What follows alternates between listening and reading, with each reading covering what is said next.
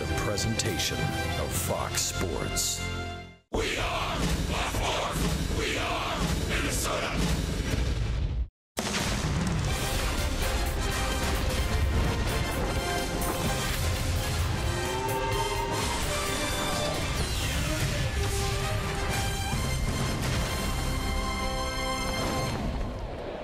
The Twins' offensive surge continued once again last night as Minnesota plated 11 runs and now have scored just under 6 runs per game during August, what has been a very impressive month for the bats of the Minnesota Twins. And with that win last night and this impressive surge, they find themselves even closer to the top spot, that top wild card, just one game behind the New York Yankees and a game ahead of the Angels. Today, they hope to gain more ground with their 7th straight win at home and a sweep of the Chicago White Sox here at Target Field. Twins baseball on Fox Sports North is presented by State Farm. Welcome to an afternoon finale here at Target Field, everyone. I'm Audra Martin. It was just a month ago that things were looking quite grim for the Minnesota Twins, and Paul Molitor was looking to his veterans to help step up and right the ship. But those veterans now have given way to the young core of guys on this team as they've been leading the charge here in August. Byron Buxton, Eddie Rosario, Max Kepler, and Jorge Polanco have been on fire, all stepping up in key places here in August. They've combined for 30 home runs this month and are responsible for over 52% of the runs driven in. Now, their success has been contagious. You can feel it up and down the lineup. They have stepped up, and the improvement has been obvious to everybody, and the fact that they're playing with such confidence on both sides of the ball. But you can't discount the contributions by our established players too. Joe's had a really good run. Pushing the 300 mark, and Dozier's really got it going again for us and been a catalyst at the top. So the combination of our veteran guys, playing hungry baseball, and our young guys maturing kind of before our eyes here during the course of the last 4 or 6 weeks, even longer for some of them. It's just been a good combination. Month here is about to get underway here between the Twins and the Sox. Dick Kramer and Roy Smalley have more when we come back right here on Fox Sports North.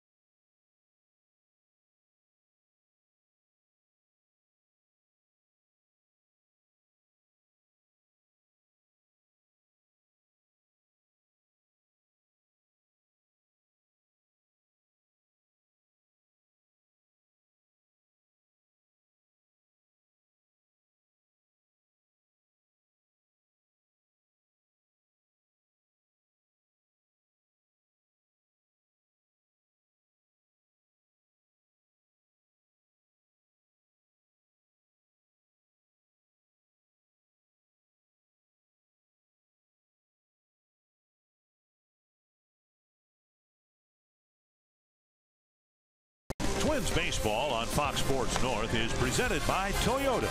The national clearance event is going on now. Toyota, let's go places.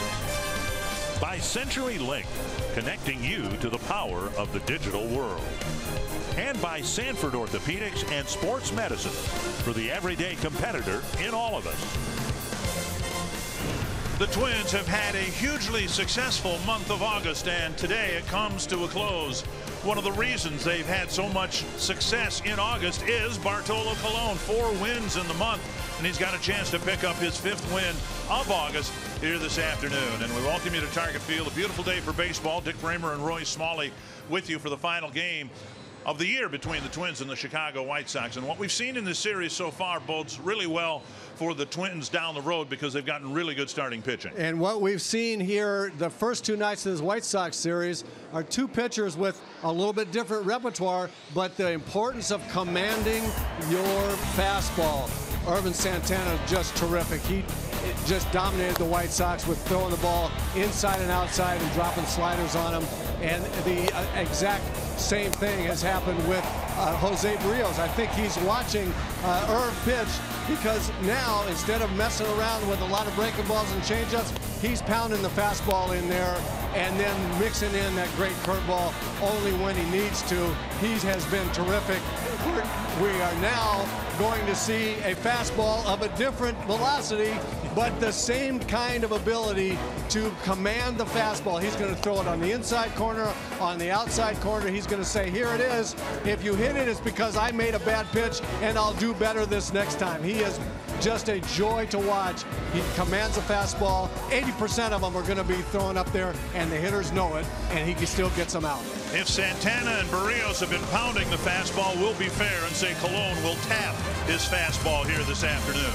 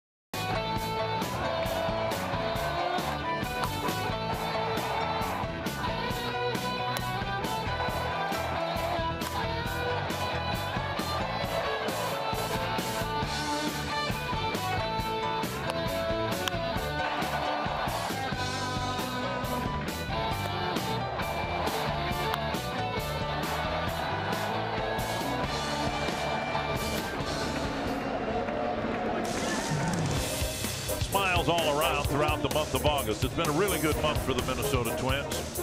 And the surge here in recent days has gotten them to within 1 game of the New York Yankees, who sit in the first wild card chair.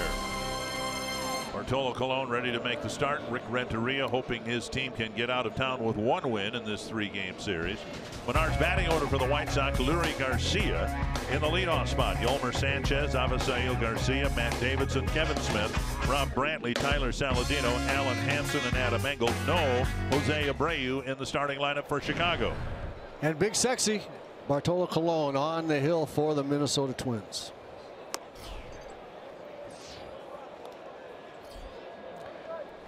What you just saw is what you're going to see. He's going to throw a whole lot of fastballs, and he's going to try to hit either corner of them back and forth. And 87 is about it. Every once in a while, he'll hump up and throw it 90 or 91 when he tries to go up the ladder and surprise somebody with his best fastball. But for the most part, inside corner, outside corner. Fouled away. 1-2.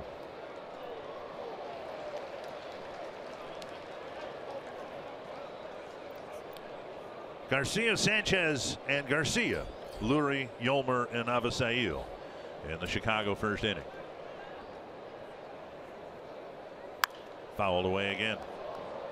When the Twins signed Colon in July, I don't think anybody knew what they would get out of him or what they had in him.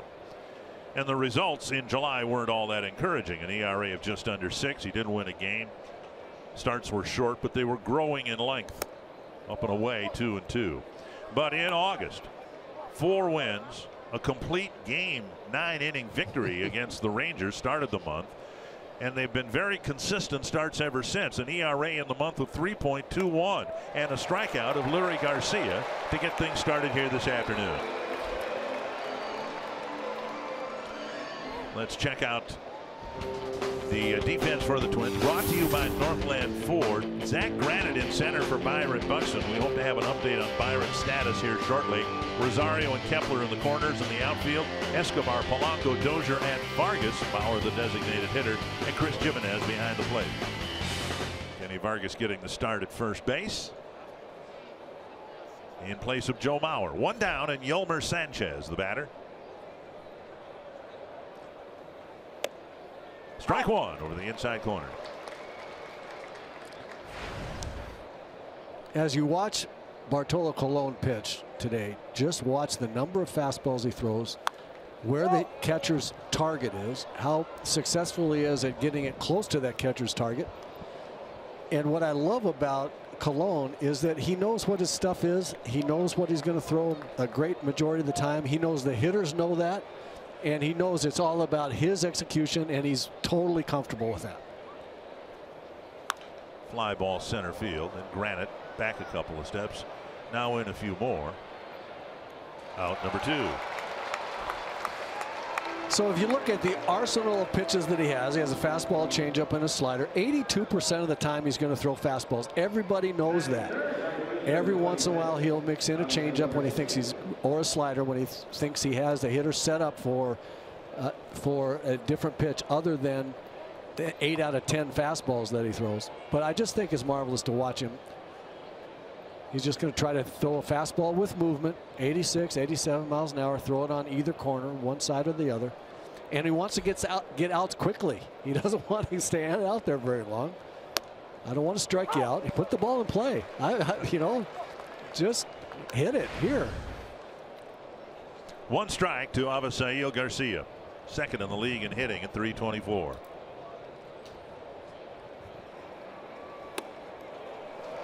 .91 miles per hour. That's the high end now for Colon. I didn't mean it to be demeaning, but if you talked about Irvin Santana and Jose Barrios pounding their fastball, tapping this fastball, is that the fair assessment for Colon these days? Yeah, spotting.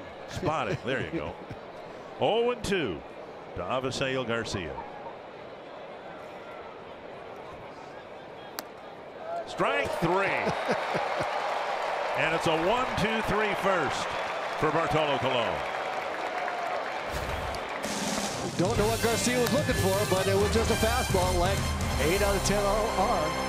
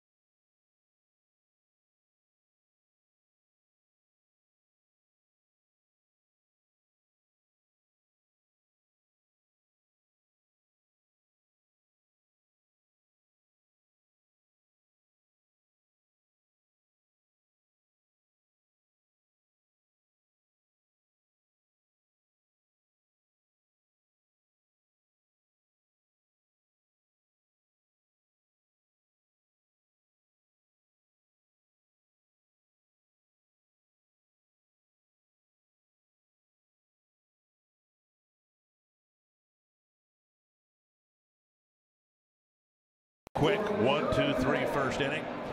And Paul Molitor hoping his team can get above the 500 mark at home during this homestand. After today's game, the Royals come in for 3. And the Menards batting order minus Byron Buxton. It is Brian Dozier followed by Eddie Rosario, Joe Mauer, Jorge Polanco hitting cleanup again, Max Kepler, Eduardo Escobar, Kenny Vargas, Chris Jimenez, and Zach Granite. And Dozier will lead things off as the Twins line up facing right-hander Miguel Gonzalez, looking for his 8th win of the year.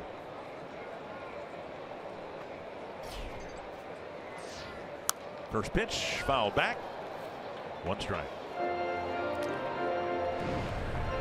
You look at the numbers for Miguel Gonzalez, 33 years old, crafty, smart pitcher.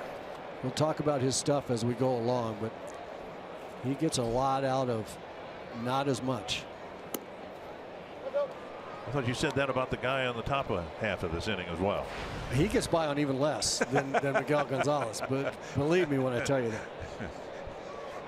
From a stuff standpoint, I mean. 1-1. And Dozier takes a strike on the outside corner.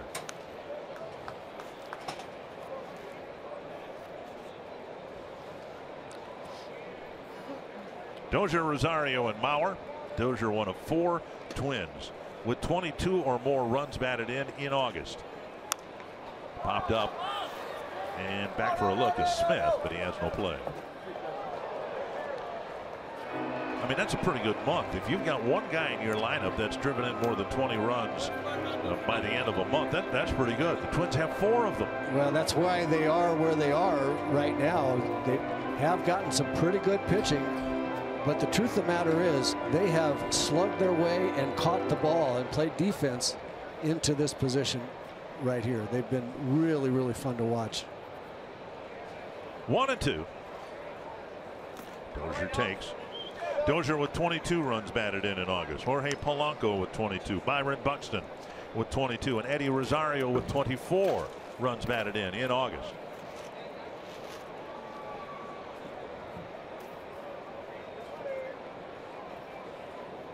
Two and 2 to the leadoff man. Popped straight up in the air. Saladino, the shortstop, taking control, making the catch, 1 away. Northland 4 defense for the White Sox. An outfield of Lurie Garcia and of Asael Garcia with Adam Engel in the middle. Sanchez, Saladino left side of the infield. Hanson and Davidson on the right side with Abreu getting the day off, and catching is Kevin Smith. 1 down, and here's Eddie Rosario. Twins looking for their 6th straight win at home after struggling at Target Field most of the season. Big pop up again, taller and to the right side of the infield. And Davidson makes the catch. 2 down. Let's find Audra Martin. Guys, it's time for our car soup scoop from the clubhouse. Paul Molitor thought somebody made a mistake this morning and forgot to give him a spray chart of White Sox hitters against Bartolo Colon, but that was no mistake. None of their active hitters have ever faced him before, which is unusual for his 20-year career. He said that should benefit him the first or second time through the lineup. Zach Granite has been taking pointers from Robbie Grossman as far as pregame routines, scouting reports, batting practice, but today his suggestion was a soak in the hot tub. He says that's key on game days. Zach says if it works, he's sticking with it. Paul Molitor was very encouraged by Alberto Mejia's rehab start last night, going 3 innings, 2 hits, no runs. His next start will be on Monday. They hope to stretch him out to about 60 pitches. Guys. Thank you, Audra. Strike 1 to Joe Mauer, the designated hitter today. Yeah, as discouraged as the Twins were about Hector Santiago the night before, they were encouraged about Adalberto Mejia in the hopes that he might be able to help the Twins come September. Fouled away, 2 strikes. In August, 1 home run for Mauer, 50 home runs by the team. The most home runs the Twins have ever hit in a month. And in the history of this team, there have been Killebrews, there have been Mornos, there have been some sluggers around, but no time in Twins history had they hit 50 home runs in a month. Driven to left center, slicing away from the left center fielder, and Mauer cracks one off the fence for a 2-out double. He hit it over the head of Adam Engel, and Mauer's aboard with 2 gone. Been really fun watching this man hit in really all season, but in the second half he has really picked it up, been an example to the rest of the lineup, and I really think that his example is part of the reason why the young kids have come alive at the plate as well. I'll bring up Polanco. 9-game hitting streak and a cluster of doubles, including one here with 2 down in the first inning. Jorge Polanco hitting cleanup.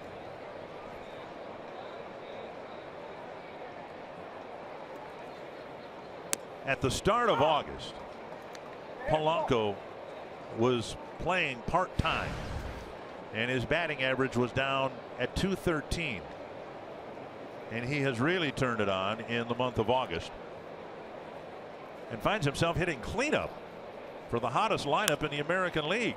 Part of that is because Miguel Sano is out, and the Twins don't know when he's going to come back. But when he was playing a month ago, he was hitting 9th. Look what he hit in July, and in August he's hitting 300 points higher. 0-2 to Polanco. Checked his swing. 1-2. It has been a remarkable turnaround for this young man, a young hitter who has hit well at every level he's ever played in the minor leagues, and got to the big leagues with not only that reputation but delivering on that promise. He's always looked very comfortable to plate until he finally had one big slump in July. But he's come out of that, and that's part of the learning experience. It just solidifies in a young player's mind that he belongs and that he's a good hitter at the major league level. To go through a slump, especially one as horrendous as that one that Jorge Polanco experienced, and come out of it and hit this well, that's in the memory bank, that's in his school for the years and years to come.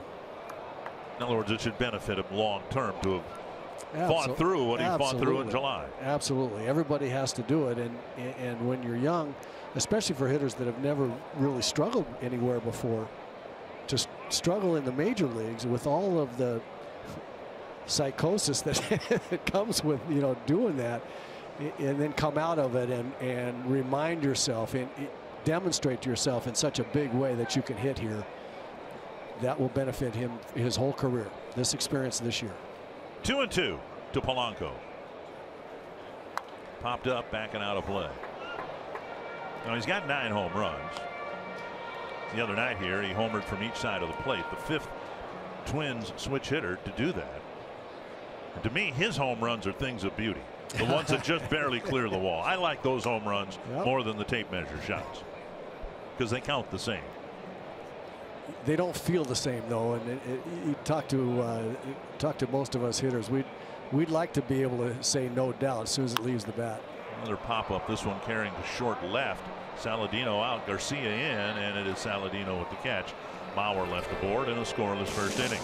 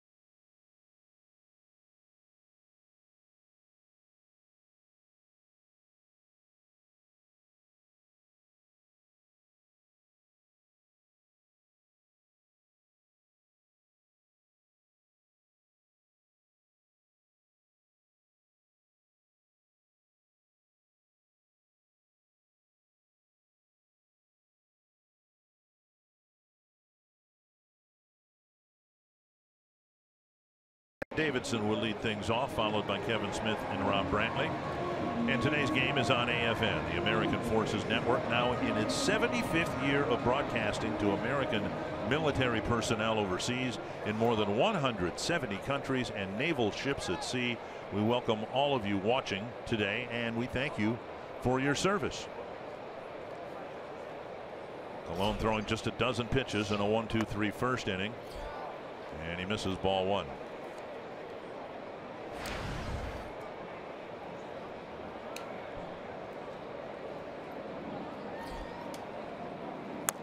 On the outside corner, a strike. Great example of what Bartolo is able to do. He gets behind 1-0 and needs to throw a strike, but he can hit that outside corner and doesn't have to throw it down the middle. As effective as he was in his last start, 6 2/3 innings, 1 run allowed on a home run in his start against the Blue Jays, he did not get a strikeout in that start, and he's got 2 already in the first inning here today. 1 and 2 to Davidson. 2 and 2. And he was just as happy not to have any strikeouts in that game. Here it comes. Put it in play. We'll go back and sit down and hit.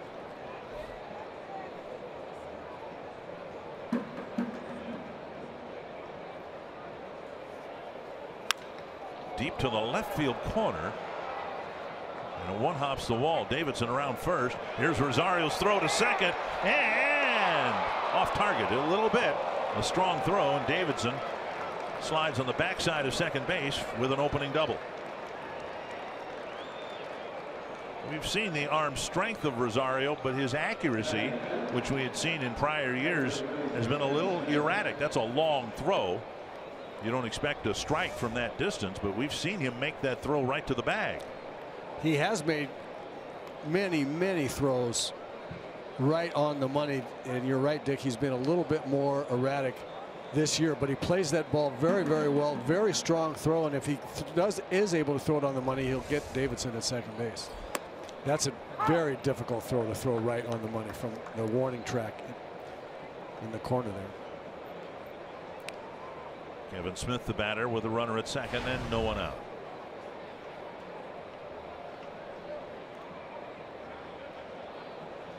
Spin move, nobody there. And here's the difference for Colon too. The other part of his success, besides the fact that he can throw the ball pretty much where he wants to, is his demeanor. Because when he doesn't throw the ball where he wants to, he threw the ball high in the middle of the zone to Davidson, gave up a double. He knows that's on him. Vargas catches a soft line drive for the first out. We'll bring up Rob Brantley. Love Your Melon Night comes up September 14th. A limited number of special ticket packages include a game ticket and Twins Love Your Melon beanie. Every ticket sold goes to support Love Your Melon's program to donate a hat to every child battling cancer in the United States. For details and tickets, visit twinsbaseball.com/loveyourmelon. Here's Rob Brantley, the designated hitter for the White Sox. So back to Colon's demeanor, which is the other part of his arsenal that's equally important to his control and his smarts. He gave up a double because he made a bad pitch. Okay. He's okay with that. He's not okay with the double, but he says that's on me. Now I'm gonna execute better. And his heart rate doesn't go up. His mind doesn't go crazy. He doesn't doubt his stuff. That's to the left field corner, twisting foul. He knows that he's going to stay with his plan. 8 out of 10 are going to be fastballs. He's going to try to throw it on the corner. And when he gives up a double or a home run because he threw it down the middle, he says, okay, I'm not going to do that anymore. I hope. I'm just going to go back to my plan. One of the reasons Jose Barrios has turned the corner was very erratic, inconsistent, and didn't pitch well last year into a burgeoning ace for the Twins. All year long, he's had Irvin Santana as a role model, and now Bartolo Colon. That's a fair ball into the corner. Caroming to Kepler. Davidson will score, and the White Sox score first. Brantley with an RBI single. Fastball in the middle of the plate there, not where he wanted to throw it. And that is the one thing about having stuff. When you throw the ball 86 or 87 and you throw it right there, Big league hitters are going to hit that. Brantley driving in the first run of the game. And that'll bring up Saladino. You throw it 96 and you throw it in the middle, you're going to get away with some periodically. 86, not so much. And Bartolo knows that he can't do that. He's got to be on the corners. Would you buy into that? That one of the reasons Barrios has matured so quickly and developed so quickly this year is because he's had mentorship here with both Santana and Bartolo Colon, and to the extent Kyle Gibson's kind of turned his season around, maybe there's a residual effect with him as well. I do buy into that, and what I would say is that it's great for a young player to have older players as mentors, confidants, sounding boards. In addition to the coaching staff, the manager and the coaches, and so in addition to having Neil Allen essentially say the same things to him that Irvin Santana is saying. When the coach says it, a young player might say, okay, but I have these ideas in my mind. And then when Irvin Santana says pretty much the same thing the coach is saying, then it just substantiates it. Okay, all right, now I believe it. Beyond that, then Santana and Colon go out and do what they're talking to Barrios about, and Barrios looks at that and says, yeah, but I've got every bit as good a stuff as Irvin, and I've got better stuff than Bartolo. I ought to be able to do what they do very, very well, and that's what we saw him do last night.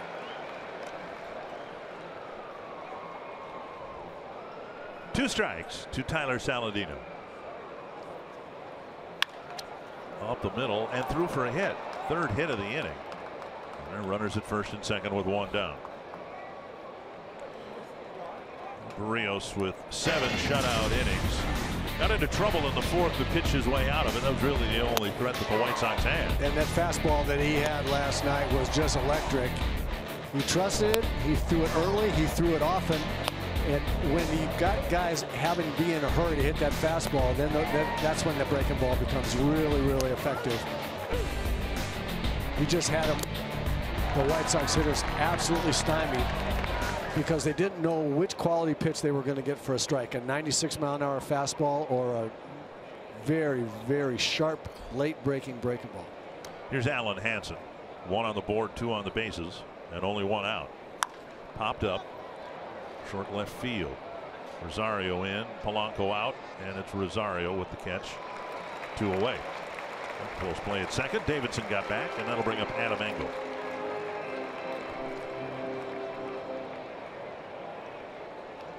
Pass along happy 88th birthday to Don Olison of Watertown, South Dakota.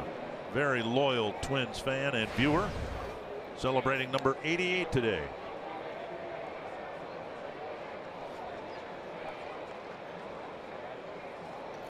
Engel, the center fielder, hitting 9th.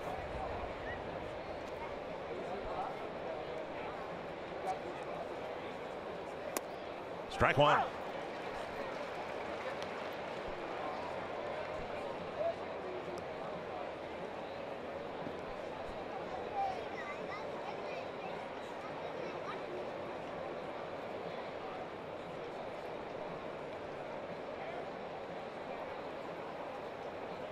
Off the plate, 1-1.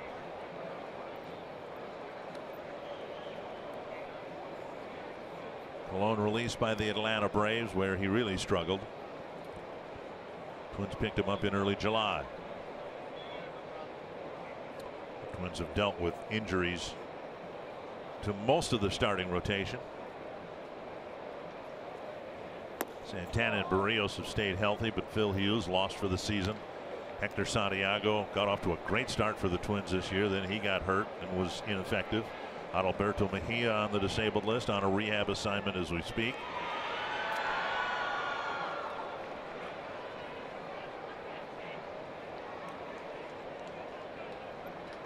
Two and 1. Vargas can't get it. It rolls into the corner. Brantley will score. Saladino is being held. And the ball rolling away briefly from Dozier. It's a double for Engel and a 2-0 White Sox lead. Not hit very hard, but in the right spot. Engel didn't get a whole lot of this pitch right here. Got in on him just a little bit, squirted the ball down the right field line. Vargas playing quite a ways off the line, couldn't get to it.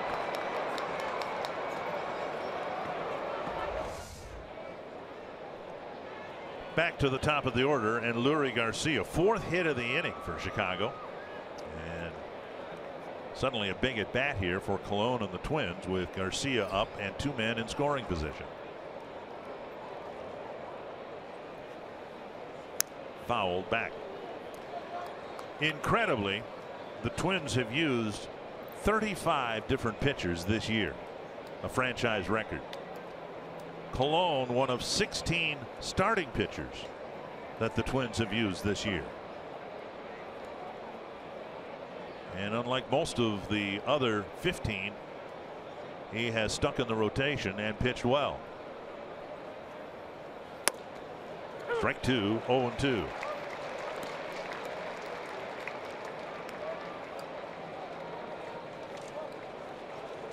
Well, you have to say, in my opinion, that Paul Molitor has cobbled together a pitching staff made up of just about everybody they had and could find, and has done as creditable a job as possible, and create an environment for these young hitters to flourish as well. And going upstairs, a half swing for strike 3. The White Sox get 2 and leave 2.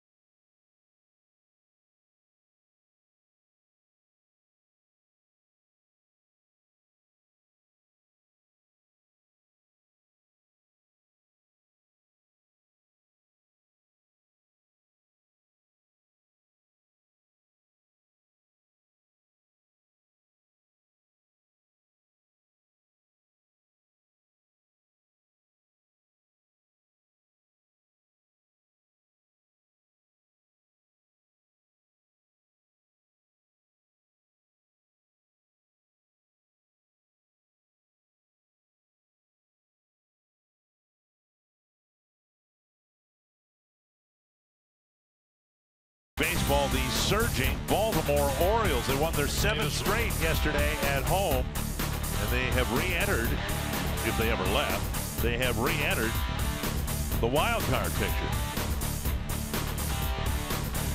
They're just a half game behind the Angels, who are a game behind the Twins. Max Kepler takes strike 1. And there are some hot teams. The Angels are hot. The Twins are hot. The Orioles. And suddenly the Yankee grip on a wild card spot is loosening just a bit, with the Yankees going through a tough stretch. Kepler taps it to the right side. Hansen has it. 1 away. And it'll bring up Escobar. Twins are going to have to figure out a way to solve Miguel Gonzalez today in, I think, a big way offensively. They're going to have to put a lot of runs on the board to beat the White Sox today. There's a stigma about being swept. It's hard to sweep a team, and the White Sox will be playing with that on their minds, not getting swept. A little bit more intensity. They're coming here to swing the bats. The White Sox are today for sure. The Twins are going to have to match and exceed that. They're going to have to figure out Gonzalez, who actually is a crafty 33-year-old who knows how to pitch, and they're going to have to figure him out. fouled away. Gonzalez released by the Orioles last year, and the White Sox picked him up. He's had some health issues, shoulder issues that put him on the disabled list this year. But as he's returned to the lineup, the velocity's back, at least some of it. And he is ahead of Eduardo Escobar 0-2. Foul back again. And what we've seen now from Gonzalez and the Twins hitters. I saw that one from Escobar. Polanco swung at a high fastball and popped it up. Rosario did. He wants to pitch down, but then with 2 strikes, he'll go up the ladder, and that's not the strength of a lot of these left-handed hitters. They're going to have to lay off that pitch. Just missed the inside corner. And there you see his bread and butter has always been his ability and willingness to pitch inside the left-handers and then throw changeups off of that. But what's been happening with that inside pitch, fastball, is it's been tailing back over the plate, and so he's come up with a little cutter. So to left-handers, if we watch him, he wants to pitch inside or high with fastballs to left-handers, sometimes with the cut fastball that bores in on him, and then complement that with a changeup. To right-handers, he'll throw both fastballs and then throw a bigger breaking ball, not the changeup as much. And he knows how to pitch. You see the lefty's 283. That's what made him develop that cutter. High drive to right center field and deep. Garcia going back. And off the top of the wall, on his way to third is Escobar with what might be a home run. He's at third now, and the Twins are going to ask, I think, for a crew chief review to see whether that ball cleared the wall. It's difficult to see because that part of the wall and the seating area is in the shadows. And that ball hit the corner of the wall. And so it is still, I think, going to be ruled in play. Now the umpires are going to take a look at it. This is a crew chief review. But based on that replay, and forget a game of inches. This is a game of a quarter inch. If that ball had traveled 1/4 inch further, it hits the top of the wall and goes into the seats for a home run.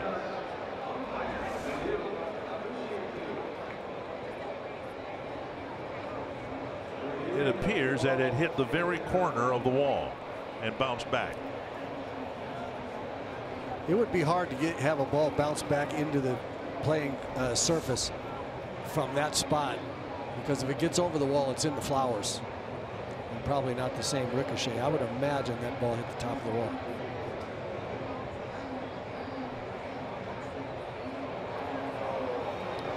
And it is a triple. And Escobar is at third with 1 out, and Kenny Vargas will hit. Well, the Twins not only have hit a lot of home runs, have hit a lot of triples. And so far this afternoon, a double by Mauer in the first, and now another triple by Escobar. And all of a sudden, a very big at bat in the ball game for Kenny Vargas. We've been talking about one of the things the Twins have done really very well of late, situational hitting. Kenny Vargas did a good job the other night getting a runner from second to third with nobody out. Now he's got to get this run in, come right back and get a run in. Infield playing back, they'll concede a run here. And Vargas takes strike 1. White Sox throw 2 runs up on the board in the top of the inning, and Escobar hits a triple with 1 out. Get this run in. You just stay in the center of the diamond, hit the ball past the pitcher. And now Gonzalez gets ahead 0-2.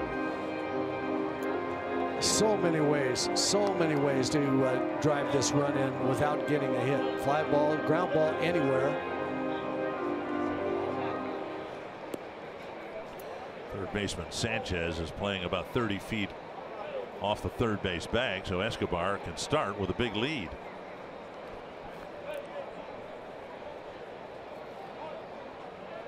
Oh, and 2 to Vargas.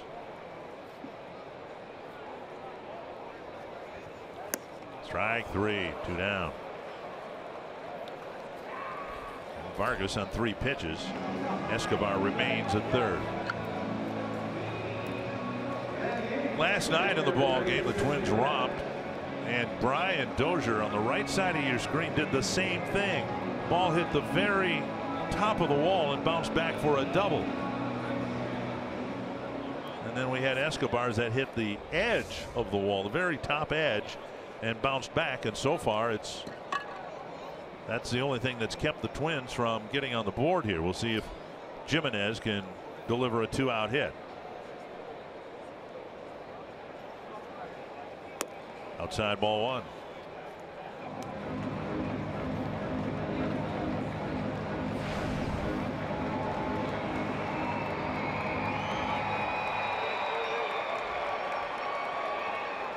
And Jimenez cooling off on a cool late August day. That's the old Yankee. That's the old Yankee look right there.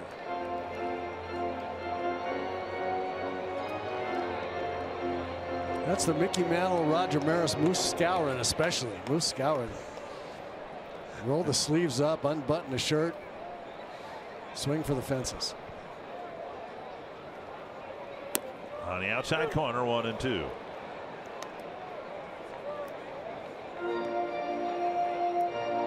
We have what do you game time temperature? What do you think? 71 degrees, something like that, low 70s. Very pleasant. Beautiful.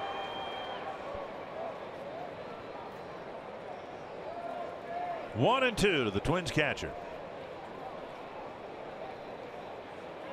2-2. In addition to dealing with the injuries to Miguel Sano and now Byron Buxton, Twins are still waiting on Jason Castro to clear concussion protocol and rejoin the catching ranks. Talked with Jason this morning. Things are a little bit better. The headaches are less frequent, starting to resume baseball activity. Inside, 3-2 with Granite on deck. In the meantime, it will be Jimenez and secondarily Mitch Garver doing the catching. And if Castro doesn't seem to be ready imminently, Twins might call up a third catcher from the minor leagues tomorrow. Just off the plate. And Jimenez will go to first, and Granite will have a chance to get the Twins on the board.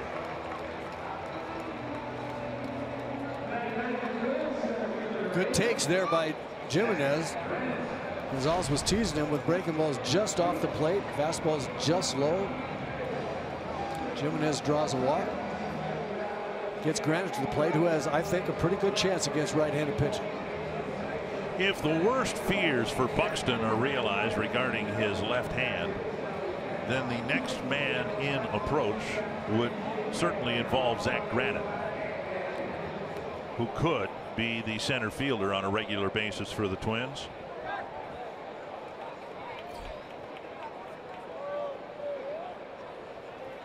Hit .360 for the Rochester Red Wings this year. Led the International League by plenty in the batting race, and he takes inside ball 1. That was last night, Buxton's first at bat. He struck out, and he said sometime during that at bat, perhaps in that swing, he felt something in his left hand, and there was a swing right there where the left hand had to come off the bat because he said it was throbbing. He finished the at bat with a base hit, but then left the ball game.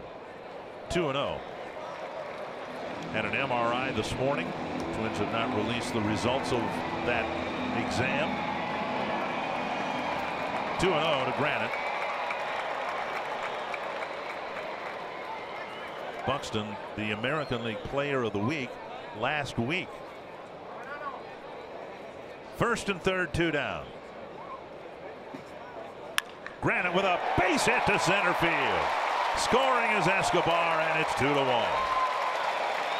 Beautiful at bat by Zach Granite. Great walk by Jimenez, getting the left-handed hitting Granite to the plate against the right-handed pitcher Gonzalez. Granite with a very simple, very short swing. Knows the fastball's coming 2-0. Don't try to do too much with it. Right back through the ball. Watch how directly the big end goes right to the baseball. Granite has gotten a number of really big hits for RBIs this year. There is a very big one as well. Big 2-out hit, come back after the White Sox have put a 2 on the board in the top of the inning. And Escobar hit the triple. Got to get him in. Vargas unable to do it, but Granite picks him up. And now Dozier with 2 men aboard. And a breaking ball for a strike. Dozier popped up to short his first time up.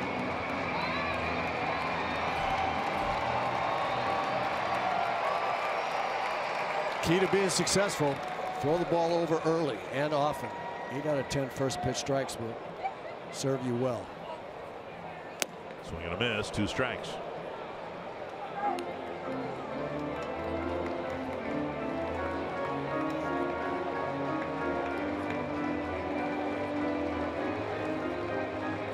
Dozier with 74 runs batted in on the season. And as we said, 22 in the month of August.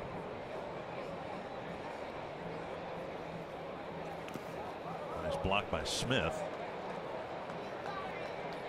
And it's 1-2. Brian's going to be so important to this club, as he has been all year. Once you're in the pennant race and you come into September, your good players really need to be good players, and Brian's going to be so important to this club down the stretch.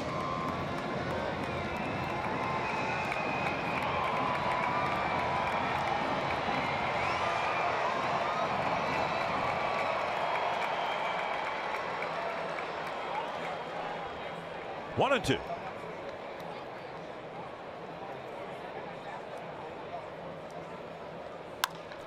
Popped up right field, and it'll carry directly to Garcia. Twins get one back thanks to a 1-out triple and a 2-out single. It's 2-1 after 2.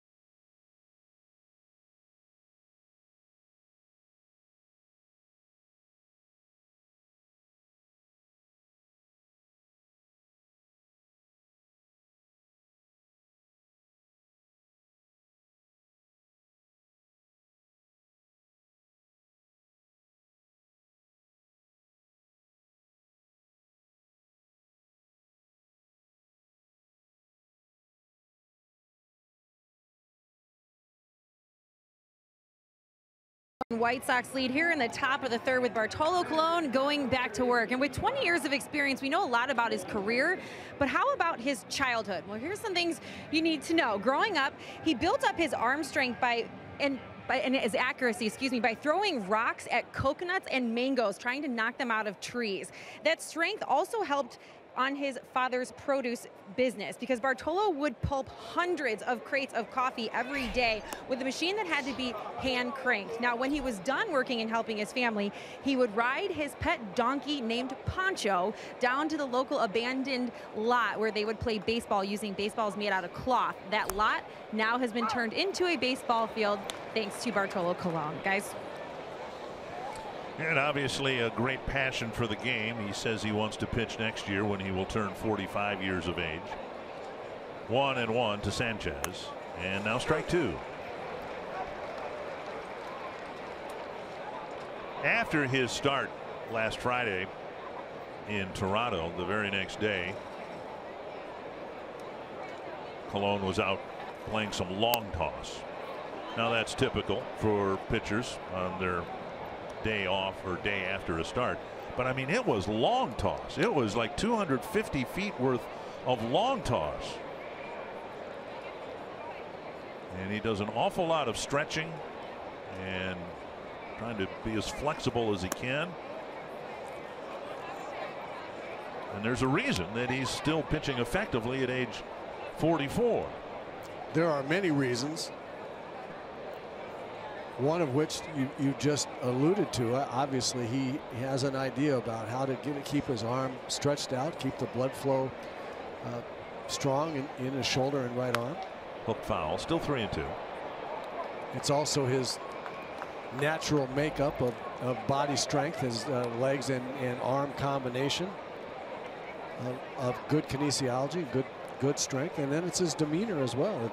It's the way he goes about pitching ball games, and all those things are what make up Bartolo Colon and his success. Popped up foul. It'll reach the seats as well. One of the objectives for the Twins during the offseason, and it's carried over into the season, is injecting good clubhouse characters and character into the clubhouse. And veterans Jimenez, Belisle have done that. They were obtained in the offseason, and now within this season, the addition of Colon, and everywhere he's been, his managers, pitching coaches, teammates just talk glowingly of him. Long battle here to start the third inning. 8 pitches so far to Yolmer Sanchez, and here comes number 9.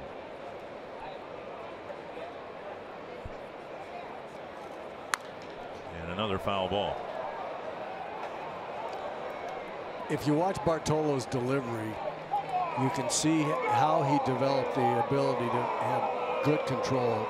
Really his whole career. When he had good control and was throwing 95 instead of 86, you could see why he was so good. But all of his deliveries are exactly the same. They're under control. His arm's in the right spot. Time after time after time. You look at this delivery. He's got his legs right underneath him. He's not in a hurry as he starts forward. His arm is right up on top at the right time as he's coming through. Off the end of the bat, charging is Polanco, firing on the run, not in time. A great at bat by Sanchez. He ends up rolling one slowly and getting an infield hit. And he's aboard now for Avisail Garcia. Didn't get the sense throughout that at bat that Sanchez was going to strike out. He was making contact with everything, and he barely made contact and got a hit. Threw a little change up and just got it right off the end of the bat and hit it in the perfect spot. Polanco did all you can do as a shortstop right there to make the play, and it was just hit too slowly. Garcia struck out his first time up against Colon this afternoon. Hits like that are to pitchers what line drives at infielders are to hitters. You know you won the battle, but you lost that particular war. Still pitching from the stretch. Still pitching from the stretch. What Audra mentioned before really is remarkable among the White Sox position players in the lineup here today. Garcia would be, I guess, the veteran with Abreu out. Of course, the White Sox have gotten rid of a lot of their veterans, both pitchers and position players. But prior to the game today, there wasn't one Chicago batter who had so much as one at bat against a guy who's been pitching in the big leagues for 20 years. There were a lot of very recent Chicago batters that have hit against Bartolo Colon, but there's been an exodus, as you say. Guys playing around the league that have hit against Colon. Melky Cabrera, Todd Frazier, guys like that. Popped up and out of play.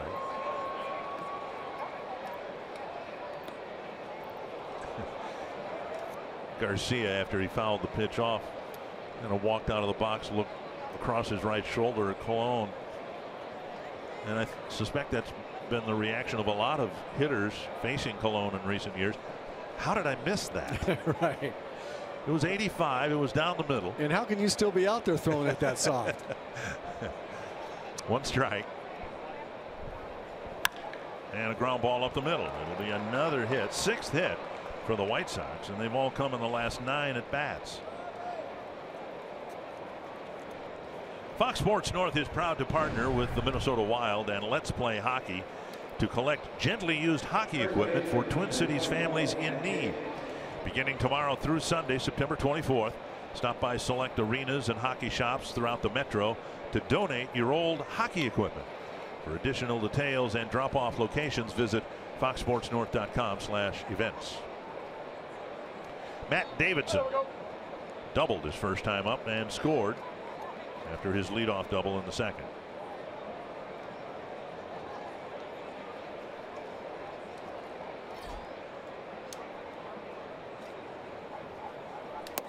Strike one.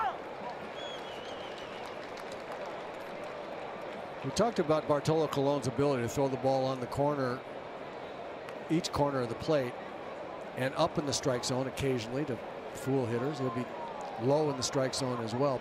His command has not been as good today as we've seen him in the 4 wins that he has in August. He's been in the middle of the strike zone an awful lot more than what we've seen the last 4 games he's pitched. And taken for strike 2. Saw that early when he first came to the Twins. He pitched against the Yankees, had 3 good innings, and then the Yankees got to him. He pitched 4 good innings against the Dodgers, and then the Dodgers got to him. And it was for this reason, because when the hitter started getting to him, he was throwing the ball in the middle of the plate. He kind of lost his ability to throw it on the corner. Breaking ball down and away. Then he went through a streak where he was on the corners early and then got in these streaks where he's throwing the ball in the middle early in the game, managed to pitch through it, and then found it again and got through 6 and 7 and once even 9 innings. So see if he can find it. He is struggling right now to get that pinpoint control. He's been in the middle of the plate a little bit too much for the velocity that he has. Came inside and got a swinging strike 3. Yeah, much better that time up. Almost like he teased him with a breaking ball off the plate outside, and then knifed a fastball down and in to strike him out. So getting ahead with a fastball, as Dick said, teasing him with that outside breaking ball, and then throwing a really nice moving fastball in under his hands. One down, and now Kevin Smith did a soft line drive to Vargas at first time up.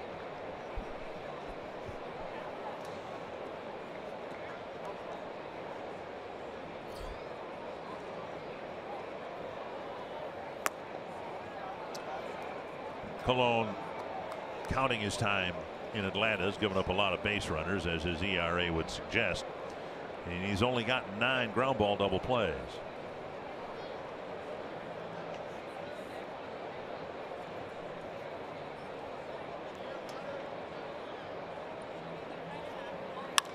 That's to right center field. Kepler with a nice catch and slide at the end, 2 down. The Twins have had great outfield coverage, principally with Buxton in center, but with Kepler in right field and Rosario in left, they brag about having 3 center fielders, and given the uncertain status of Buxton moving forward, you can see why Kepler can be a serviceable center fielder as well. Great athleticism. 2 down. You talked about Colon giving up a lot of, or having a lot of base runners against him, and the great thing about Colon is that those guys, he makes them hit their way on. He's not going to walk anybody. He doesn't compound. Again, part of his program, he doesn't compound the lack of electric stuff by giving anybody a free pass. You are going to have to put the ball in play. He's going to give up a lot of hits, but a lot of balls are going to be at his defense. That's the Colon way. Fly ball center field. Granite. Inning starts with a pair of hits. Colon gets the next 3 batters. It's 2-1. And you're watching Twins baseball, presented by State Farm.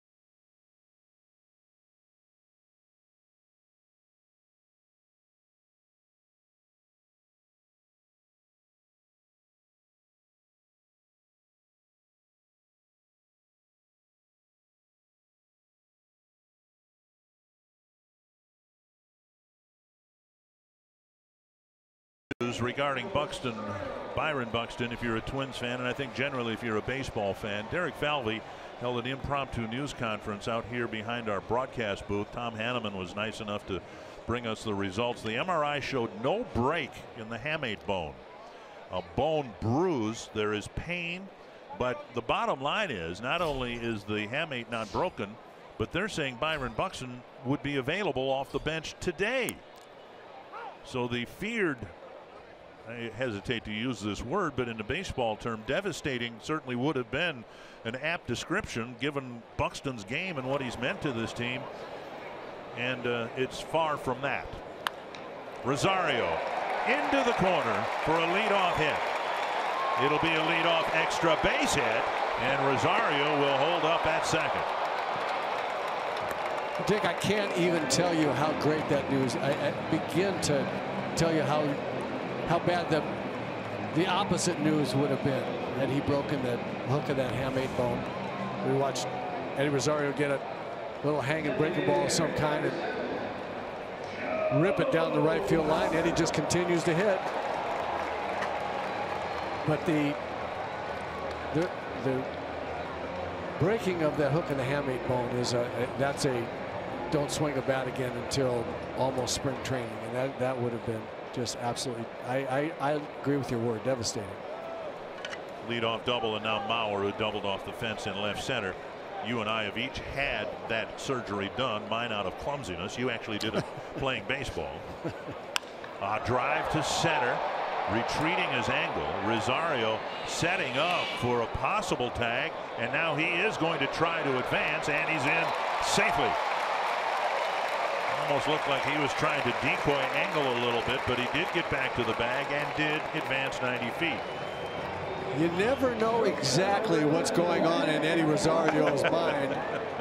He was going to third all the way here. Joe has a great at bat, drives it deep to left center, and you watch Eddie nonchalantly walk back and boom, hit the base right on time.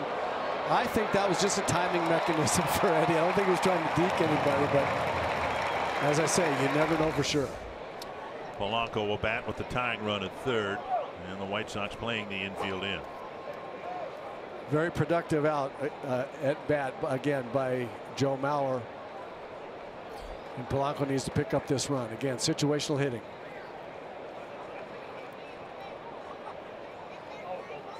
Popped up. And on the first pitch, Polanco's retired, and the Twins are going to need another 2-out hit here. And that's reminiscent of what got him and buried him in the slumps that he was in. And that's not his pitch, that fastball up there. He popped it up the first time up. And in this hot streak that Polanco's had, he has been laying off pitches like that, making the pitcher throw the ball in the middle of the plate and then ripping those. And he's gotten himself out twice on pitches that are not pitches he hits well. Twins got a 2-out hit from Granite to score their first run. Now they're looking for one from Kepler.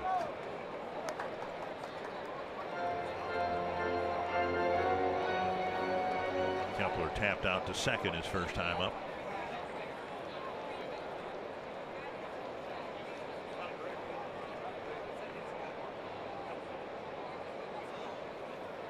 Inside, 2-0. Twins peaking at the right time. You'd like to play better baseball in the second half than the first, and particularly when you've got some young players. The bulk of the Twins roster 23, 24, 25 years old. 194 hits from players 25 or younger. Kepler fits in that group. He's 24. Well, they have grown up and they are maturing as big league hitters right before our eyes.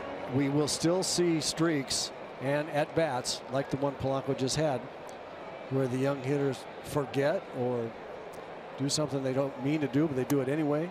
No, strike two, 2-2.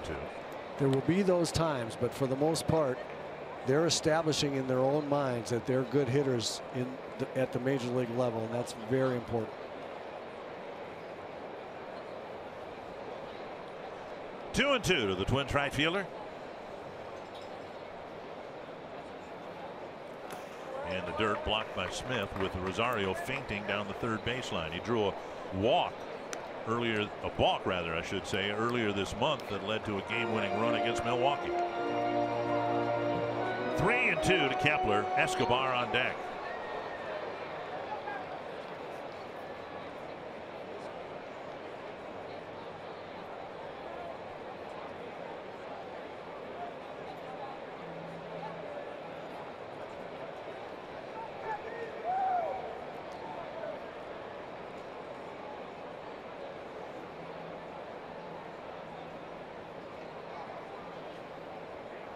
The outside corner. Kepler takes a call third. The Twins waste a leadoff double, and it's still 2-1.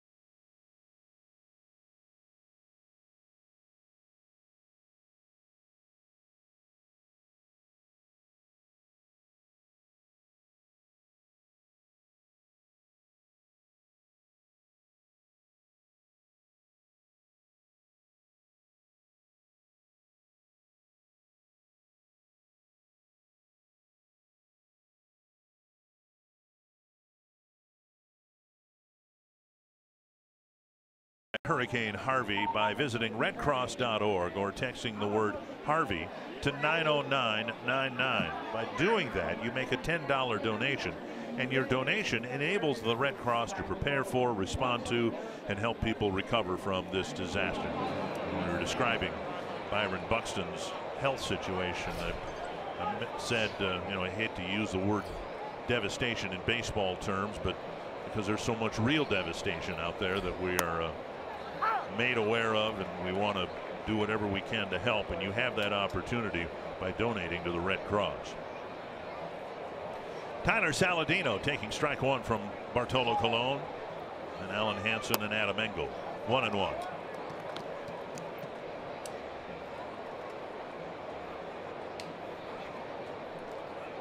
Saladino singled his first time up, and he singles his second time up. Ran it scampering after it, and a quick retrieve. He's aboard, and the leadoff man is on for the third inning in a row. The Minnesota Twins have organized an online auction to support the American Red Cross in their efforts to assist the Houston and the Texas Gulf Coast communities. You can bid on your favorite Twins game-worn autographed cleats. Not only will all the proceeds from the auction go to support the American Red Cross, but the players will match every dollar donated to support the initiative. You can participate in the auction until Sunday at 7 p.m. Central Daylight Time by visiting twinsbaseball.com/auction, or you can join the players in donating directly to the cause by visiting youcaring.com/twins for Texas. There's a bunt and a nice one.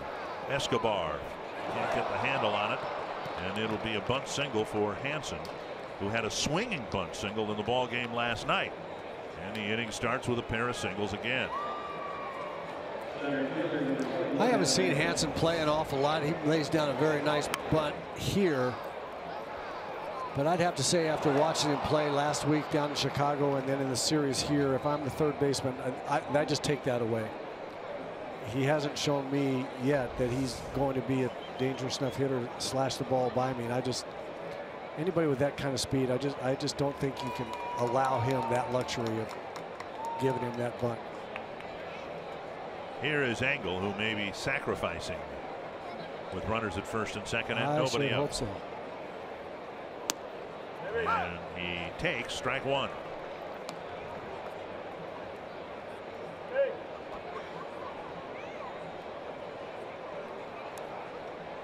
White Sox with 8 hits, but so far just 2 runs. They bunched together 4 hits to score a couple of runs in the second. The third inning started with a pair of singles, and now the fourth inning starts with a pair of singles. Eduardo Escobar in to talk to Colon about what the options are on a first and second bunt play defense.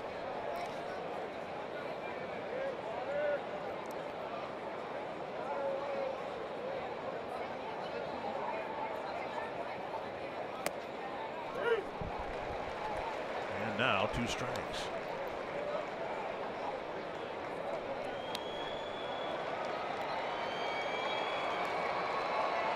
Trying to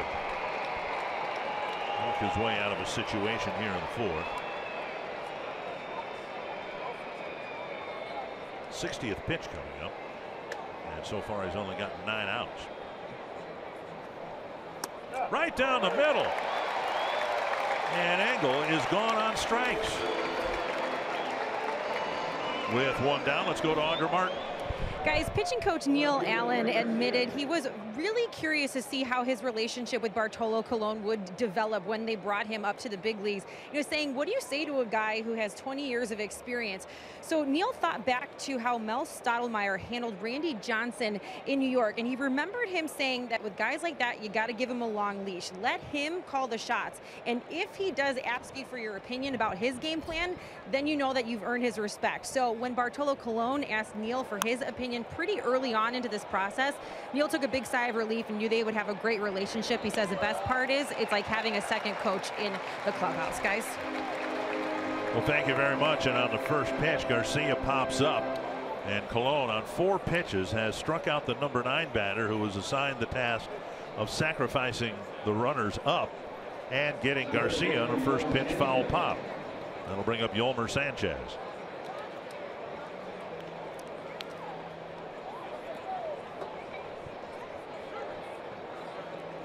Sanchez with a fly ball to center and a leadoff single in the third.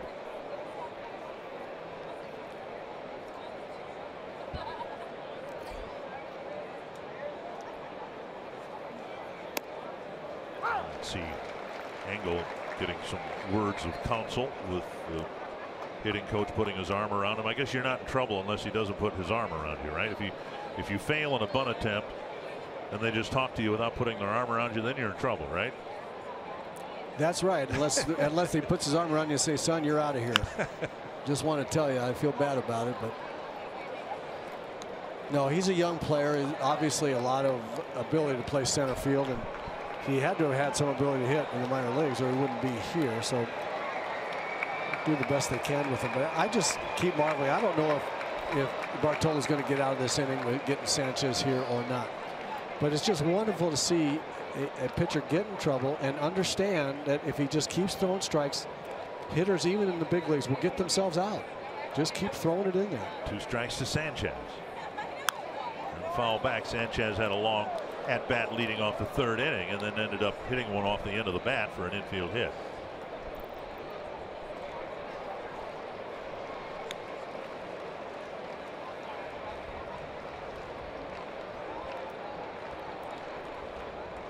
Saladino and Hansen started the inning with singles. They're still at second and first.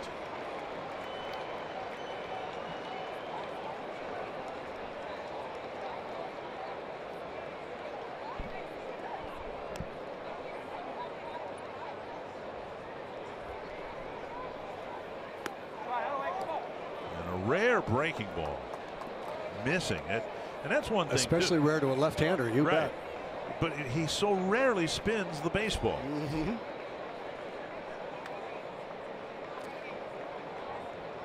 1-2.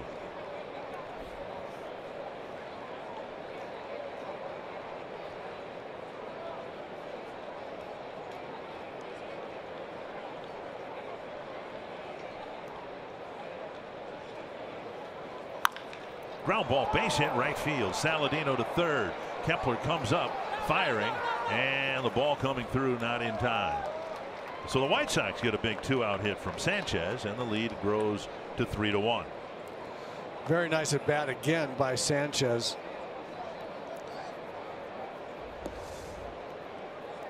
Finally gets a pitch that he can handle. That looked like a little changeup.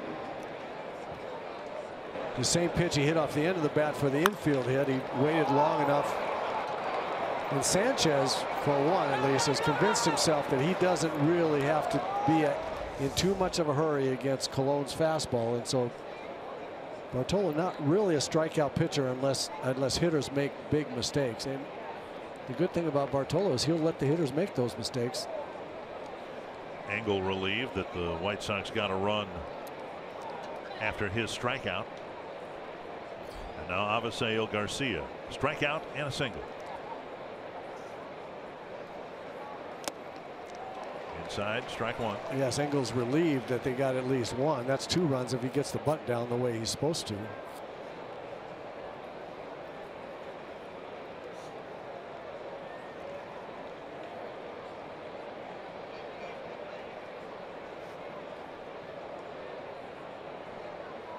One strike to Avisail Garcia.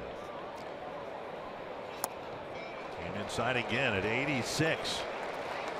We've been talking since last week about having to pitch Garcia inside to get him out. Anything slow, out over the plate, fastballs out over the plate, especially down. He's very, very good. And just to punctuate that opinion about how to pitch to him, Bartolo's getting in there with 85 and 86. So I think we're right in saying you have to pitch him inside. You can get him to chase away if you establish that fastball in. If you bury the fastball in his mind inside, then you can get him to chase away. But they're going to come right back in there.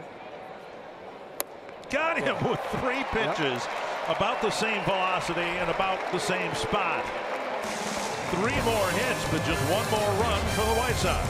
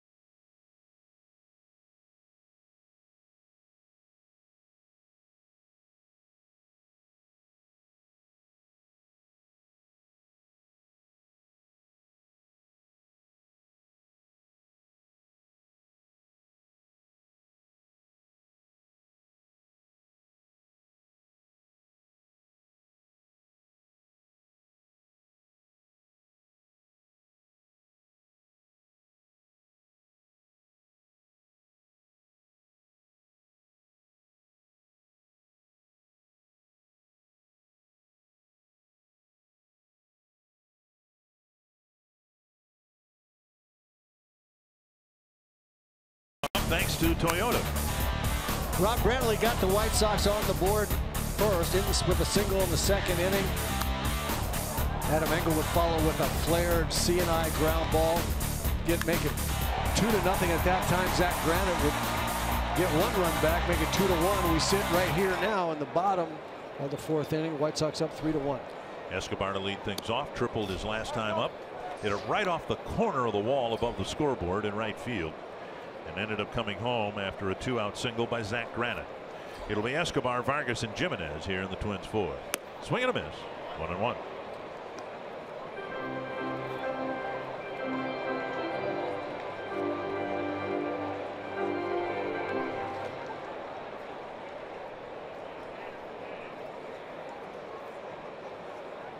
Inside now 2-1.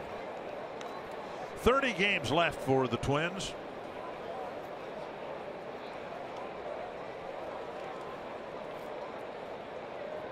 And 31 left for the White Sox. Swing and a miss with Escobar uncoiling. You see that fastball moving away from Escobar. He also has shown the cutter that runs in on left-hander. So there's a good example if you remember the cutter coming in. Two fastballs really being two different pitches. Another fly ball to right field. This one in the ballpark. In fact, Garcia has to come in a long ways to make the catch. One away.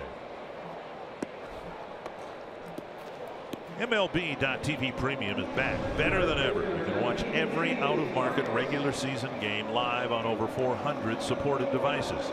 Plus, get a free subscription to @Bat Premium, the #1 app for live baseball. Blackout and other restrictions apply. Visit MLB.TV for details. One down. Here's Kenny Vargas. Struck out on 3 pitches with Escobar at third and 1 out. His strikeout became the second out. Big swing and a miss. As we mentioned last night, Vargas's playing time will be impacted whenever Miguel Sano does come back, because it is suspected that when Sano comes back, he will come back as a primary designated hitter. Given the nature of the injury, a stress reaction to the left shin, I think Paul Molitor would relish putting Sano out there at third base and having him stand around for a couple hours every night, when instead he can take his swings and sit in the dugout and keep the weight off that left leg. There's a drive to right, hit right at Garcia. 2 away. The other thing that impacts Kenny Vargas' at bats and really impacts the Twins as we go into the September drive for postseason play. They're a little vulnerable depending on how Byron Buxton turns out, depending on how soon Miguel Sano gets back. They really need right-hand hitting, and that is not the best side for Kenny Vargas. And if he were swinging the bat really well right-handed, he'd have a pretty good chance of being in there every day someplace, either DH or first base.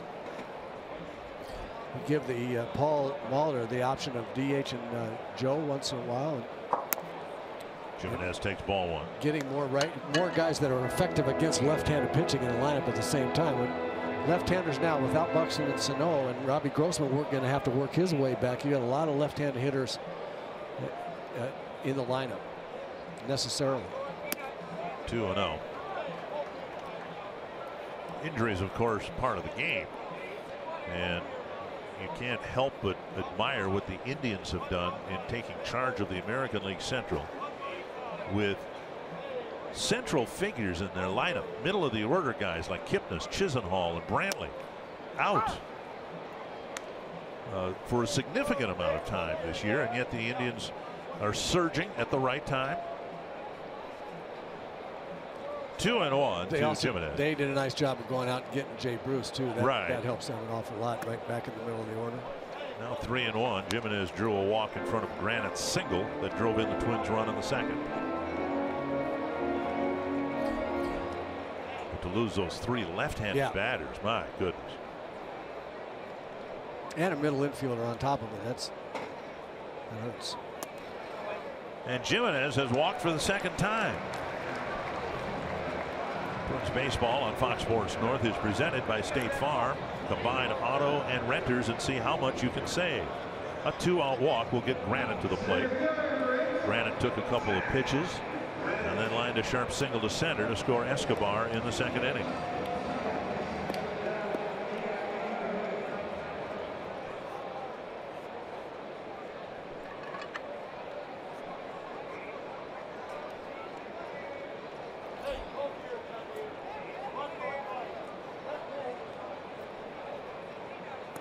Inside ball 1.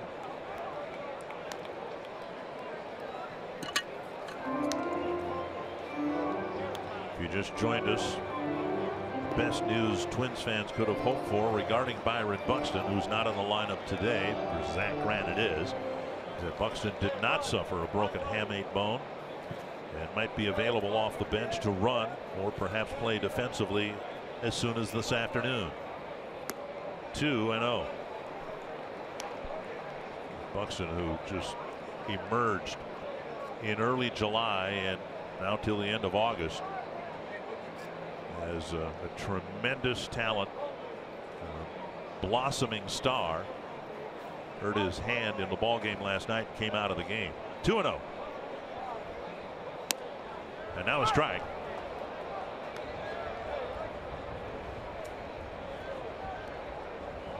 Granted, last year's Twins minor league player of the year. And he sizzled his way through AAA to get called up to the big leagues. Line drive hit to the shortstop, and the inning ends. We go to the 5th with Miguel Gonzalez and the White Sox leading 3-1.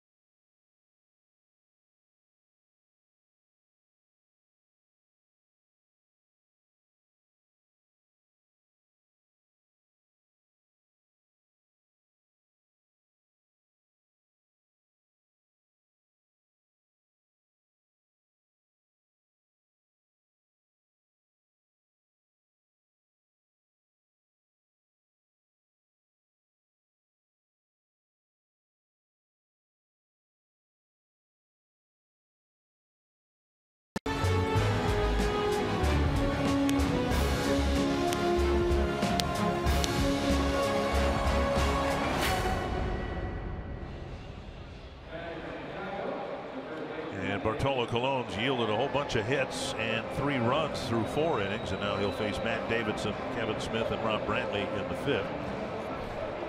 Colon with 69 pitches thrown, 55 strikes, a strike percentage of 80. First pitch strike, 16 of 21.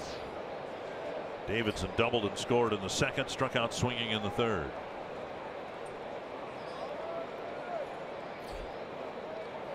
Foul back.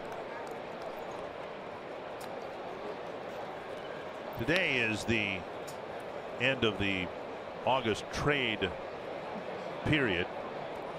Teams or players can still be traded after midnight tonight, but they're not eligible for postseason play on their new teams. So we're going to foul back. It's 0-2. And it was at this time, late in 1987, that the Twins got Don Baylor. And Baylor was eligible for the postseason, and thank goodness he was, because he got one of the biggest home runs in the '87 World Series. He doesn't hit that home run, we don't win the World Series. Game 6 home run. 2 strikes to Davidson. Tapper in front of the third baseman Escobar. Fires on the run. Good play by Escobar to get Davidson. One away.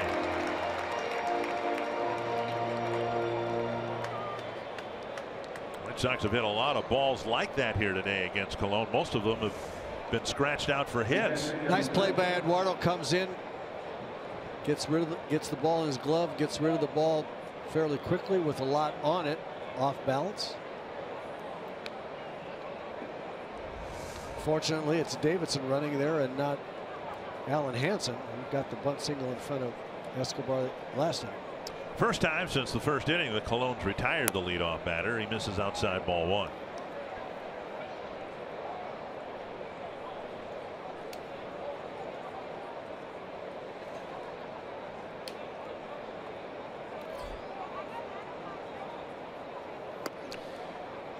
Inside 2-0.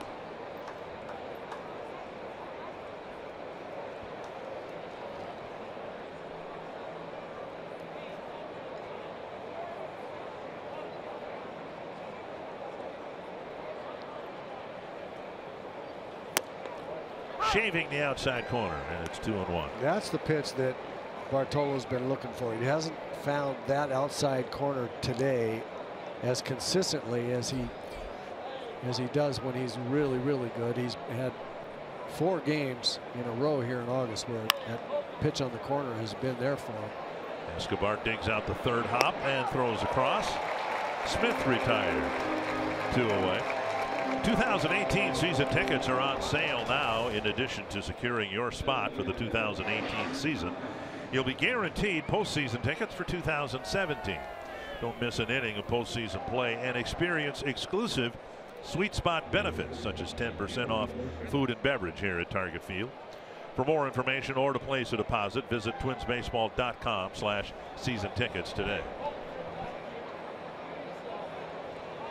First 2 ground ball outs of the ball game for Colon. Both of them hit in front of Escobar, who had to make a nice play in each case. And now here's Brantley up and in, ball 1.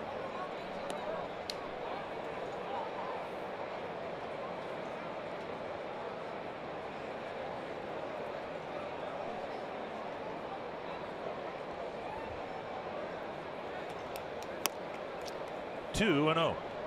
Final game of the year between the Twins and the White Sox. Twins struggled against Chicago last year. When you lose 103 ball games, you probably struggled against everybody. And the Twins did. They won just 7 games out of 19 against Chicago last year.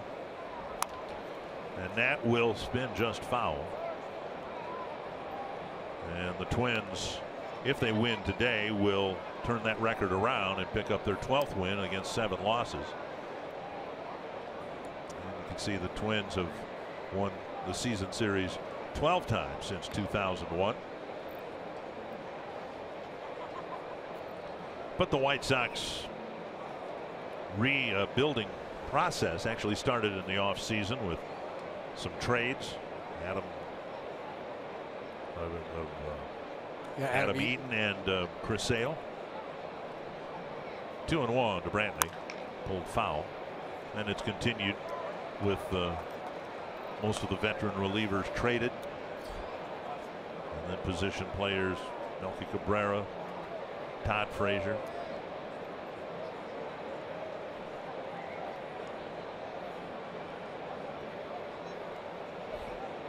Well, it was no surprise and no secret that the White Sox needed players, and they needed to get young players in throughout the organization. 3-2. Melky Cabrera, Todd Frazier, probably David Robertson, as good as he is as a late inning, either 8th or 9th inning closer or setup guy. As good as all those guys were, they weren't going to be the ones that lead the White Sox into a 5, 6, 7 year string of contention.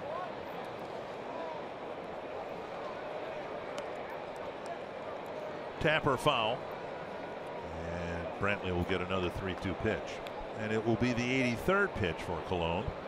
Despite all the hits, you would think he'd be given every opportunity, unless things spin out of control here in the 5th, that Colon would have every opportunity to pitch through the 6th inning.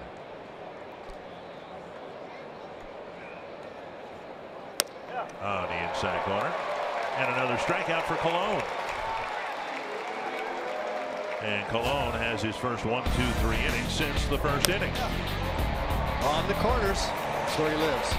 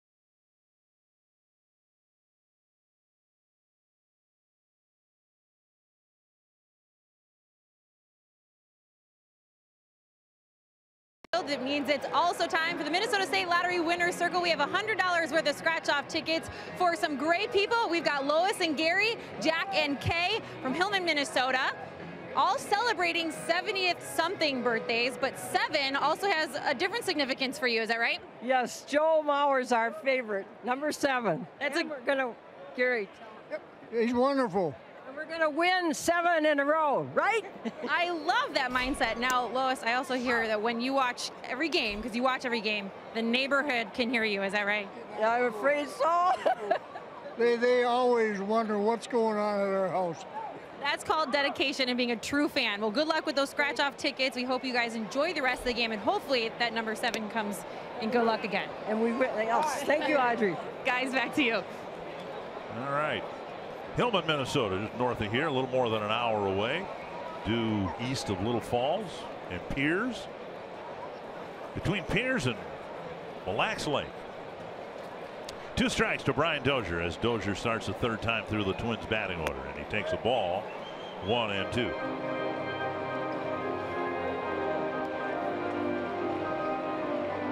Gonzalez has done a nice job. He's given up just 4 hits, 3 of those extra base hits, and he's gotten Dozier to hit it in the air twice. Now sending it back almost into the Twins radio booth.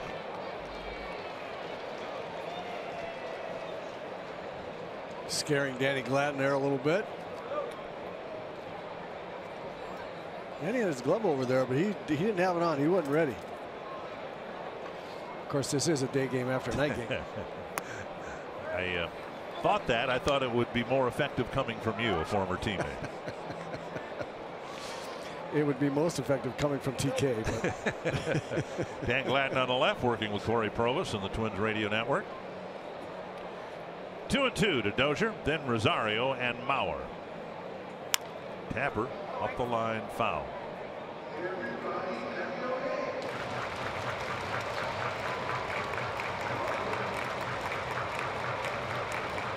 One other game going on in the American League.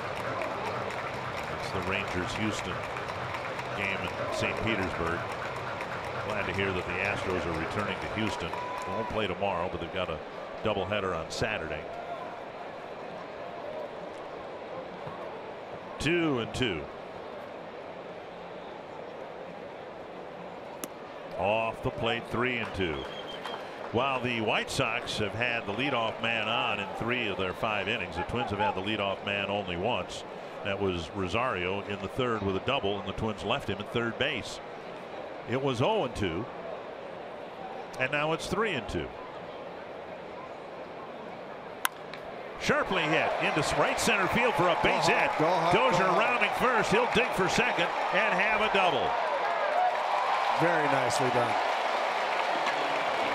Just pushed to the right side of second base, but there was nobody in the infield or the outfield over there. Because of the way the defense was playing, Brian, as soon as he hits his ball, watch him dig out of the box right away.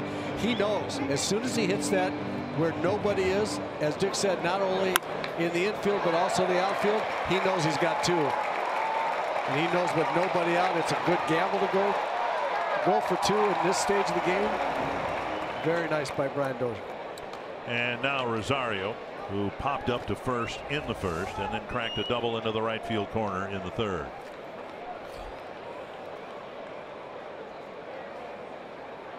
Two home runs for Rosario in the game last night, and he takes strike one. Mad at himself there, looking for something else, and got a fastball that really is a good pitch for him to hit.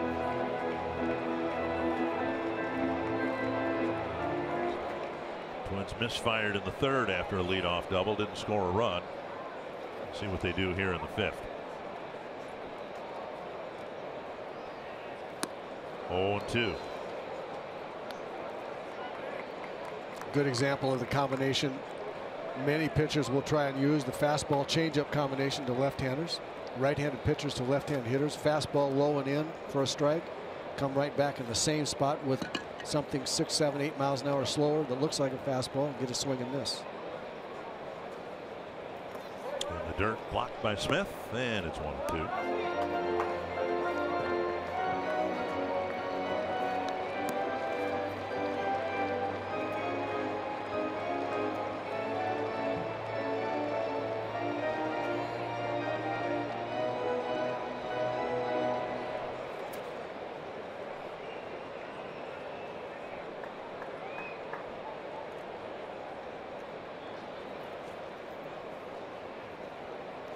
And Rosario strikes out, one away. Gonzalez had picked up a pile of strikeouts, but he's picked up some timely ones. Pitching very, very well. Here's a fastball right there to start the at bat. Comes back with a changeup to get him out in front. Strikes him out with that same changeup. Kind of a screwball action. Not a great at bat by Eddie Rosario, but you have to give the pitcher credit sometimes. Those were very, very well constructed, a very well constructed plan for how to get him out there. Show him that fastball and then get him out with really good changeups. Mauer with a double and a flyout. Strike one. I'm impressed with Gonzalez. I really am. He's throwing a lot of strikes. He's using two kinds of fastballs. He's moving the fastball all around the zone, inside, outside, up and down, to both right-handers and left-handers. Just saw him drop a little curveball in there to, I think, probably the last thing Joe is expecting to see is a curveball to a left-hander. Grounded right side. And a nice play by Alan Hansen. Sprawling in the outfield grass, he retires Mauer. And Dozier goes to third, but now there are two down. Not well hit at all, but Hansen showed some great range. Playing more up the middle. He has to go a long way. Kind of corrals the ball here. He catches it. Appears to lose it for a second, but then finds it. And throws the ball on the money just to barely get Joe at first. Gonzalez in the vicinity. He's been really good in his last 4 starts, pitching a total of 28 innings and giving up just 4 earned runs. So what he's done to the Twins, he's also done to the Royals, the Dodgers, the Rangers, and the Tigers. You can see why he's come in as hot as he's been. He's pitched very, very well. Polanco's popped up to short a couple of times. His last time up in the 3rd inning, he went after the first pitch. Taken low, ball 1. See if Jorge can lay off anything high in the strike zone, any high fastballs, get something down lower where he's been very, very good.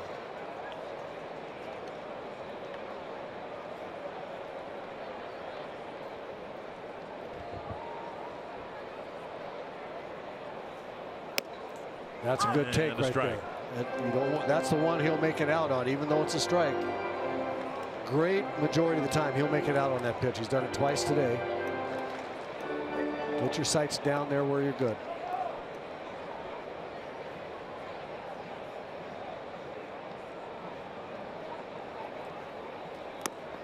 Swing and a foul tip.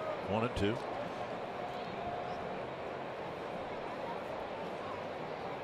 Mentioned the Twins hitting 50 home runs in the month of August, their highest monthly total ever.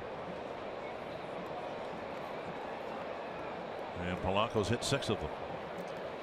You get a lineup hitting 50 home runs in a month. Everybody, you get a lot of guys contributing. To right field, down for a hit, and Polanco delivers an RBI hit, and he will advance to second with a double. And the Twins getting both of their runs on clutch 2-out hits. Dozier scoring, and it's 3-2.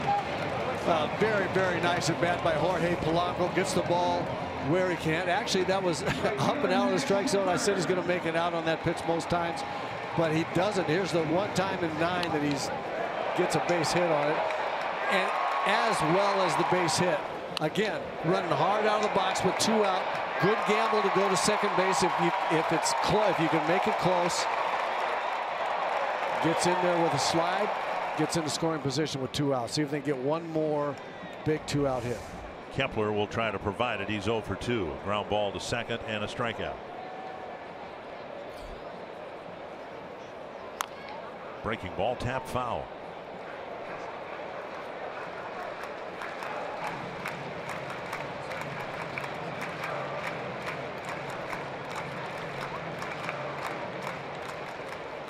Twins with 6 hits, a triple, 4 doubles, and a single.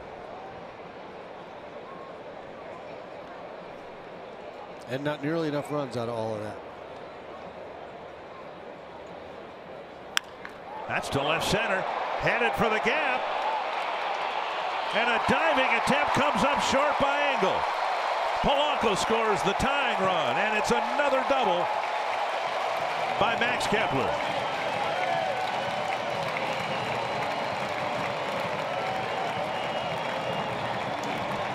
And another great at bat by a Twins hitter. Max getting the ball up and out over the plate, goes with it, throws the big end of the bat right to the ball, drives it out of the reach of a diving Adam Engel, excuse me. Huge two-out hitting by Polanco and Kepler to get them even here, 3-3 in the bottom of the fifth.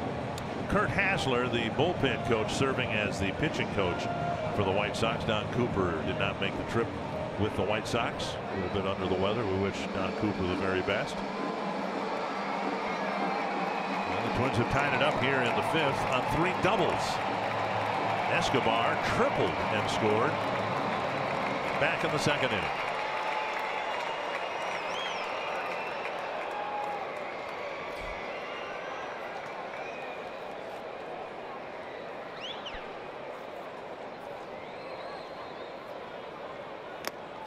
Chases upstairs, strike one. Down in the strike zone, Eduardo. That's where you're good. Twins doing to Gonzalez what looks like the rest of his opponents have done. Start catching up to him in the third time around the batting order. You know, I've mentioned several times that Paul Molitor is not automatic runner on second base and nobody out. Get the runner over to third. A lot of times the battle cry, the mantra is trade places with him. We've got guys that can hit extra base hits. You hit a double, somebody else come up right behind him and trade places. You hit a double too. That's what the Twins have done this inning, albeit with 2 outs this time instead of none. But they can string some extra base hits together. They've shown that. Well, in the case of the first 2 doubles, they were hustle doubles. Dozier got his leadoff double by sprinting out of the box, and Polanco too had to hustle to get to second base. Kepler's was a double once it wasn't going to be caught. Right. 2-1 now to Escobar. Such a good at bat by Brian, coming all the way back from 0-2 and getting a 2-strike base hit to right center field that turned into a double against the shift. And Kepler dives back. I should say away from the shift. Well, the White Sox put on some severe shifts, and the Twins have exploited it. Last night, Mauer pulled the ball to right field, right about where right fielder would usually be playing, and he ended up getting a double.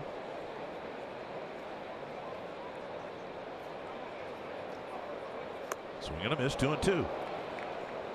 I think the way they're playing Eduardo Escobar, if we look at the outfield, is really unusual. All that room in right center field, the center fielder's playing on the left field side of second base. Garcia in right field about straight away. We've seen Eduardo Escobar hit a lot of balls at that scoreboard out there in right center.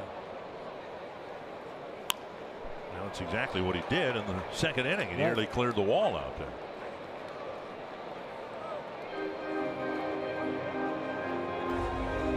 Two and two.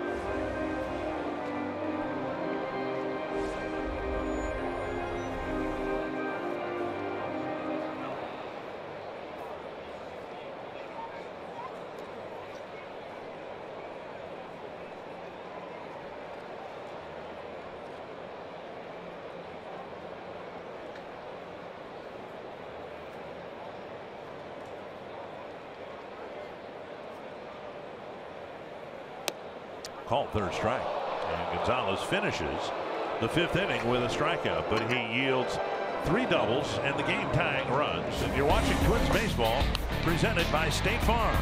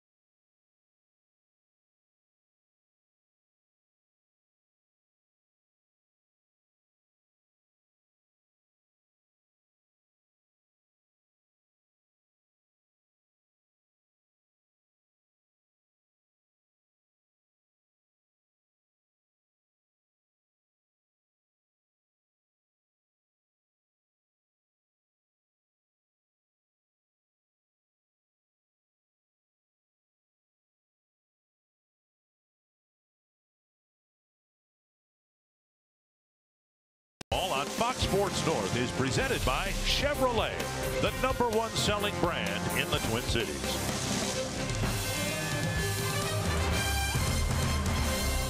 Tied at 3 now, going to the 6th. Yes, we support all the rescue and help efforts in the Houston area. Our Mountain Dew fans of the game in attendance here today. And we head to the 6th in a tie game. Tyler Saladino has a pair of hits against Bartolo Colon. He'll lead things off. Then Alan Hansen and Adam Engel.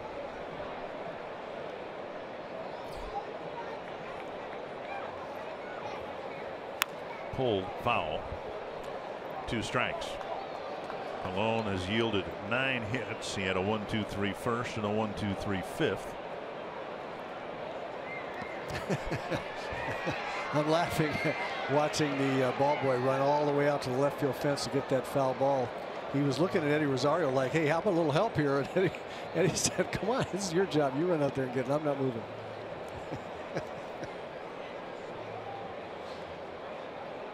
2 strikes to Saladino. On the outside corner. And he has retired now 5 in a row after the RBI single by Sanchez, and 3 of those on strikeouts. 1 down, and now Hansen. Well, he's starting to find that outside corner. That's, as I mentioned, that's where he lives, on either corner, both to left-handers and right-handers. Inside corner, outside corner, back and forth, 80% fastballs. If he throws it in the middle of the plate, he gives up a hit. But he just keeps pitching for the corners. He doesn't walk anybody. He just forces hitters to continue to get hits, and it's hard to hit in the major leagues. It's just hard. The hitting is hard to do. Hitting against a major league pitcher is hard to do. Hitting balls where good defenses can't catch it is hard to do. He's just a model for pitchers. Throw strikes out of the middle of the plate. And if you do throw it in the middle of the plate, say, okay, I'm not going to do that again. Go right back to your program. I would love watching this guy pitch.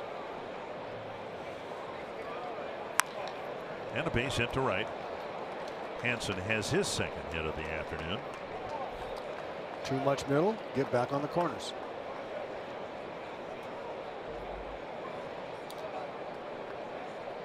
And that'll bring up Adam Engel, who has an RBI double and a strikeout.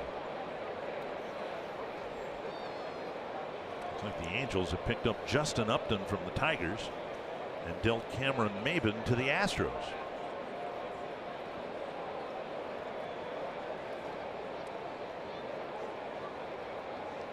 The Angels surging. On the surface of it, that would appear to be a very, very good pickup for them. Financial obligations notwithstanding. Upton owed in the neighborhood of $88 million in the deal that he signed with the Tigers, but he does have an opt-out which he can exercise after this year. And you chuckle because 80 million. Yeah, I'm going to walk away. I think I can do better than that somewhere. Well, certainly in your days working at Griffith organization, you similarly must have had, same type of structure in your contract. We not only didn't have those kinds of structures, we were missing several zeros. Inside ball 1.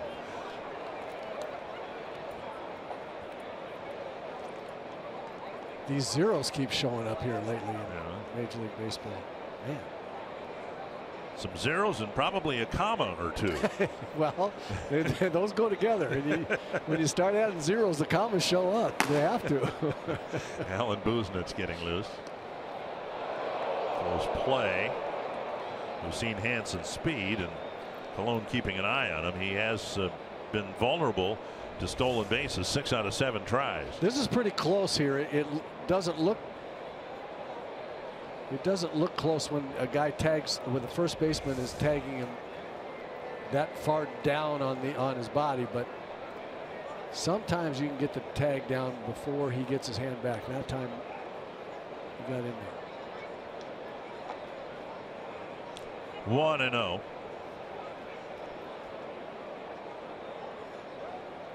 Low throw dug out by Vargas, or blocked by Hansen.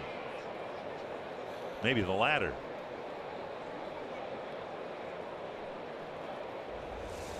I think it was both. It looked to me like Kenny made a pretty good play to get his glove on it. Yeah. Yep.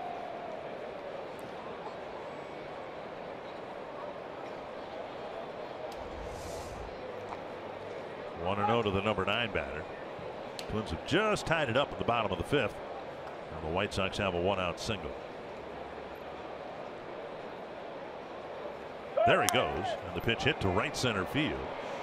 Hustling in is Granite. He makes the catch and fires toward first. 2 down. And that'll bring up Lurie Garcia. Target Field's a great place to spend time with the people who are important to you. Groups of 25 or more are eligible for discounts on tickets, and per ticket fees are eliminated. Arrange your group of 25 plus today by visiting twinsbaseball.com/groups and ask about a Twins Target Field group outing. Back to the leadoff man, Lurie Garcia. He has struck out twice and fouled out.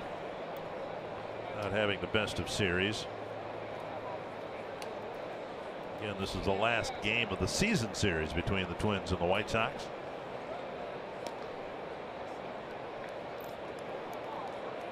We saw Hansen last night get on base, and in the long balance of that inning, he tried once to steal on an 0-2 pitch and then never bothered trying again, which you said at the time surprised you. Surprised me. It really did. It surprised me it waited that long. As a hitter, you sure want your base stealer to go early in the count, if at all possible. And I know that sometimes the base runner has not seen the pitchers move, and he's moved to the plate and to first base, and he has to get the timing and the visuals down on that. But as a hitter, you sure don't. You would prefer that the steal happened before you got to 0-2.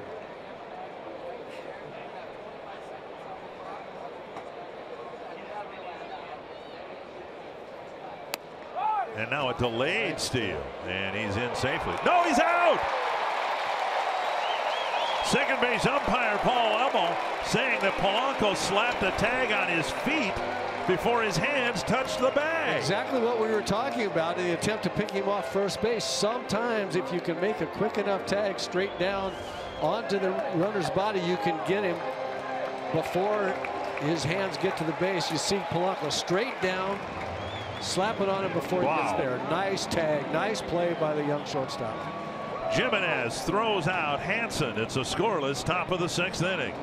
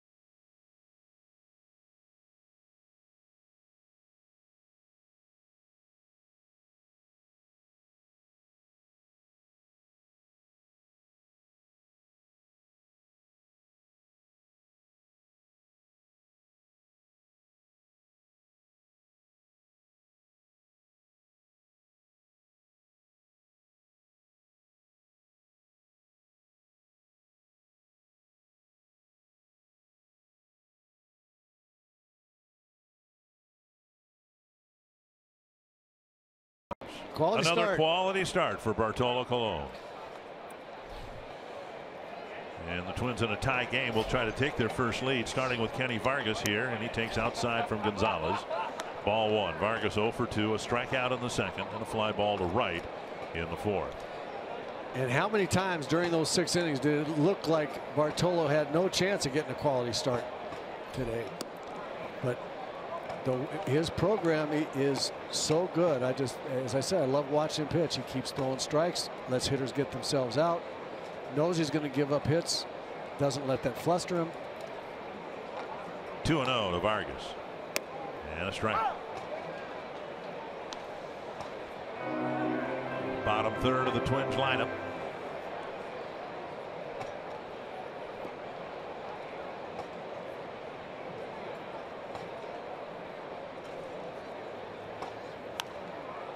Two and two. Month of July, such a deflating month for the Twins. It started out okay, faded at the end, finished 10 and 15. But August has been quite a month. 2 and 2 to Vargas. And another one sent to the seats.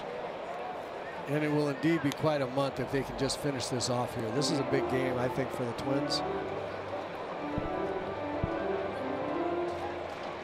Mentioned when we were in Milwaukee together, Dick, doing the broadcast over there, that thought whatever teams were in the postseason was going to depend on change of getting Vargas there. It was going to depend on key players staying healthy and how everybody plays in their own division down the rest of the way.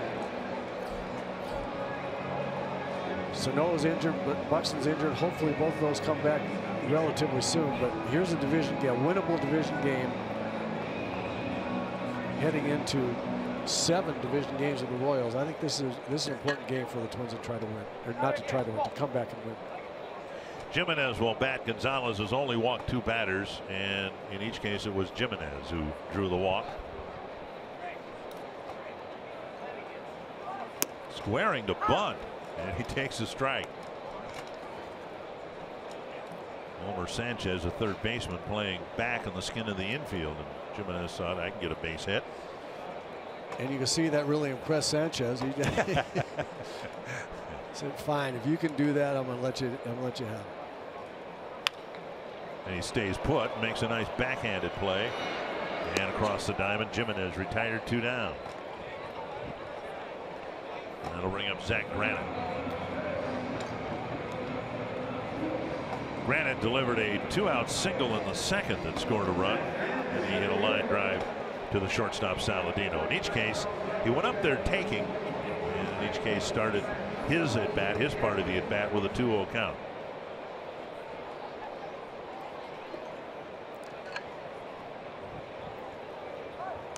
And he lays down a bunt foul. Big part of Zach Granite's game is not swing and get bad pitches. You won't see him chase a lot of balls.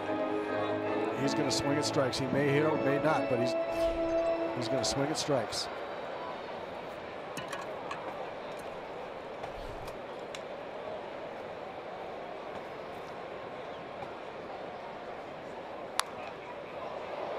And foul, 2 strikes.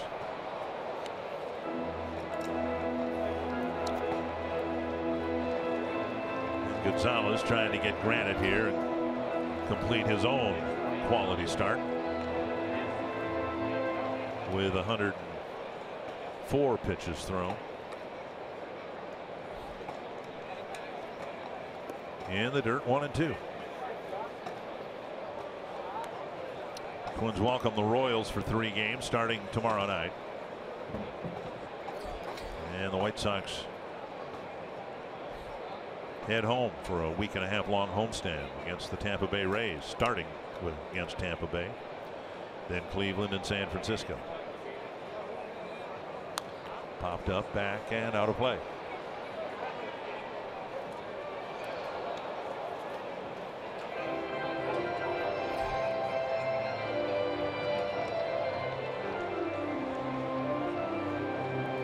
Dylan G will make the start for the Twins. Jason Hamill going for the Royals. G, of course, a former Royal. 1 and 2. And now 2 and 2.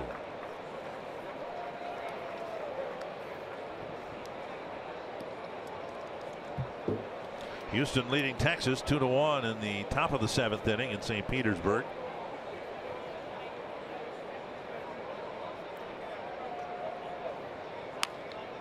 That's a sentence that no baseball announcer has ever uttered. Houston leading Texas in St. Petersburg.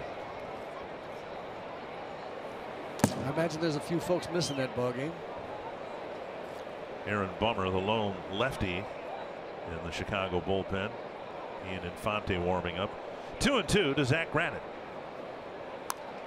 And another one sent back over the screen.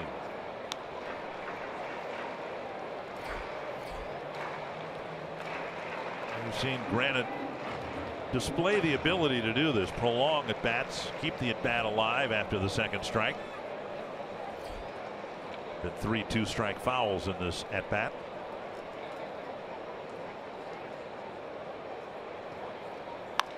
Popped up to right field. Garcia in, Hansen out, and it's Garcia to make the catch. And Gonzalez, if in fact he's done for the day, finishes his day with a 1-2-3 inning. You're watching Twins baseball presented by State Farm.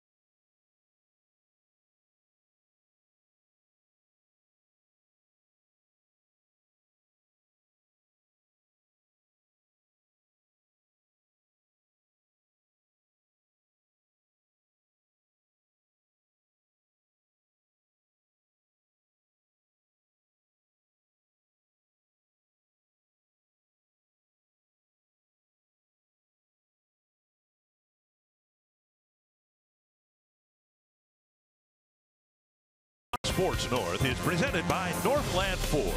Visit buyfordnow.com and your local Northland Ford dealer today. By Grand Casino, the best stories start here. And by Menards. Save big money at Menards on all your home improvement needs. Twins trying to make it a 3-game sweep. They got a good start from Bartolo Colon, and now Twins will hand the ball to the bullpen, starting with Alan Buznitz. Buznitz has been really good since his call up from AAA. He's gone back and forth a couple times, but he's here to stay now with the Twins in the middle of the playoff push. Hard to argue with those numbers. Very, very good numbers in that little chart right there. And the White Sox hitters are going to see drastically different stuff here from Buznitz than they did from Bartolo Colon. He can rush it up there 8 or 10 miles an hour faster than Bartolo, and has a very, very sharp breaking ball. Garcia was at the plate when Hansen was thrown out trying to steal. He'll start with a fresh count. And Buznitz hits the corner with an off-speed pitch. That's what we've seen from Buznitz. It's one thing to throw 97, and he can do that, and he's shown pretty good control with a fastball. But we've seen, just in his time up here, a much improved breaking ball. And there it is again. He starts throwing that breaking ball like that, 4 strikes. He's going to be very, very tough late innings. Very tough. And when you back it up with 96, Garcia is lucky to get a piece of it. I think the only reason he got a piece of that, it wasn't in quite as much as Chris Jimenez wanted. Now we're going to see a changeup after the curveballs. Whoa. And now a third pitch from this young man. Now you're really talking. This is terrific pitching right here. I mean, 2 breaking balls that he drops in. Big late breaking curveballs, 96 on the hands, and then no chance on that changeup. Down, and now Sanchez.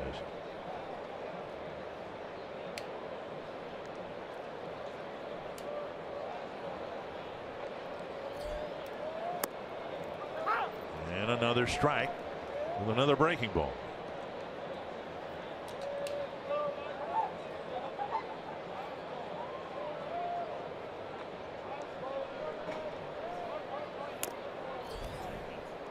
One and one. It's an important inning here for Buznitz and the Twins with this White Sox relatively makeshift lineup. Sanchez and behind him Garcia, the only 2 hitters that really have looked like they might have a chance to do some damage. And as he lines it to Rosario for the second out, get through in this 7th inning, getting through these 3 guys in the lineup is pretty big. Here's the Grand Casino story of the game. Sanchez drove in the White Sox 3rd run in the 4th inning to make it 3-1, but the Twins would come back. Jorge Polanco drove in Brian Dozier with a double, make it 3-2, and then Max Kepler crashed a double off the left center field fence to score Polanco, and that would tie the game. That's where we are here in the top of the 7th, 3-3. 2 down quickly, and now Avisail Garcia. 97 and a swinging strike.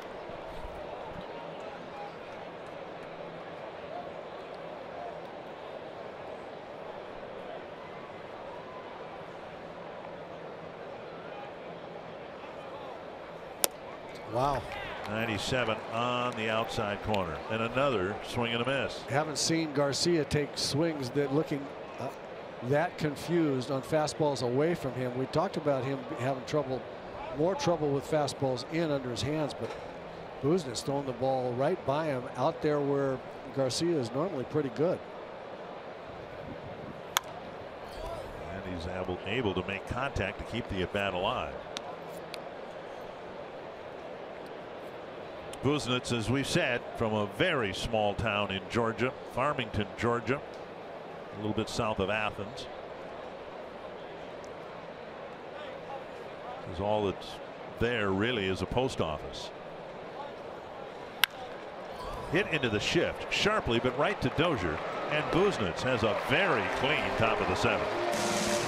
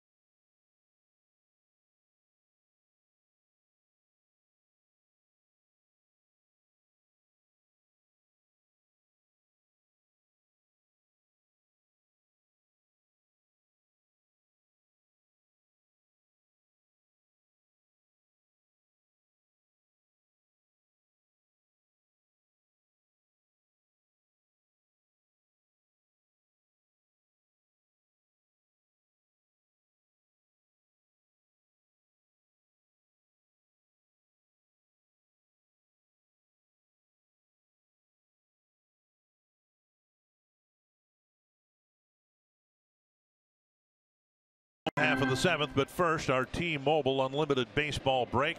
21st home run of the year for Jose Altuve, with the Astros hoping to win the final game of that series. Orioles have won 7 straight. They open up a series against the Blue Jays, just a game and a half behind the Twins. And the Yankees have hit a bit of a rough patch. And they open up a series against the Red Sox tonight. Twins have a series left in New York against the Yankees, and that could be a pivotal series. Gregory Infante comes in relief of Miguel Gonzalez, who had another good start for the White Sox. Well, get ready, because Infante can get it up to the plate in a hurry as well, like Buznitz. And he'll face the top of the Twins order: Dozier, Rosario, and Mauer.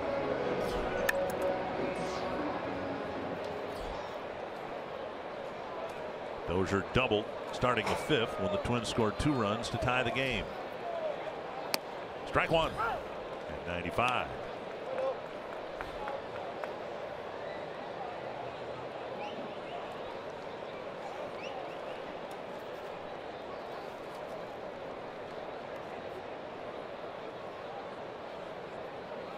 And now a ball.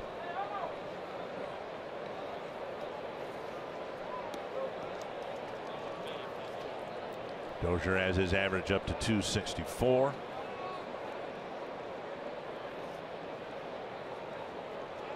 Twins team average 254. To right center, carrying deep. Garcia back at the wall, leaps and makes the catch. 365 feet away from home plate. A warning track fly ball for out number 1. Bryant just didn't quite get all of it. Breaking ball that he had a very good swing, but got under it, I think, just a little bit. Got down on the baseball just enough to keep from driving it off or over that wall. Bryant's got great power that direction. Garcia makes a nice play getting back to the wall. Infante comes out with Eddie Rosario coming up. And Aaron Bummer's going to come in, even though Rosario's handled left-handers very well.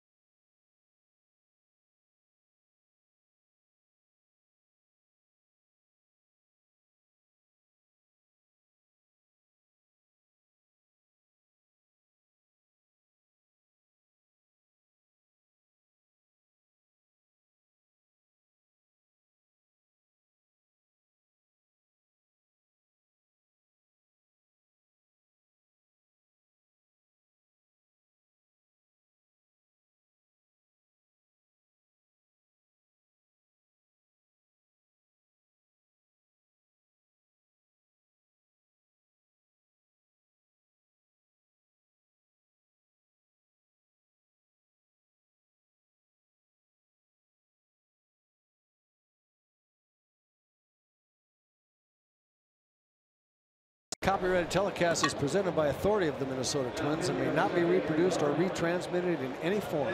The accounts and descriptions of this game may not be disseminated without the express written consent of the Minnesota Twins, LLC. Aaron Bummer will come in with Rosario due up. Mauer, another left-handed batter behind him. Polanco, a switch hitter, and then Kepler. The White Sox getting just 1 out from Infante.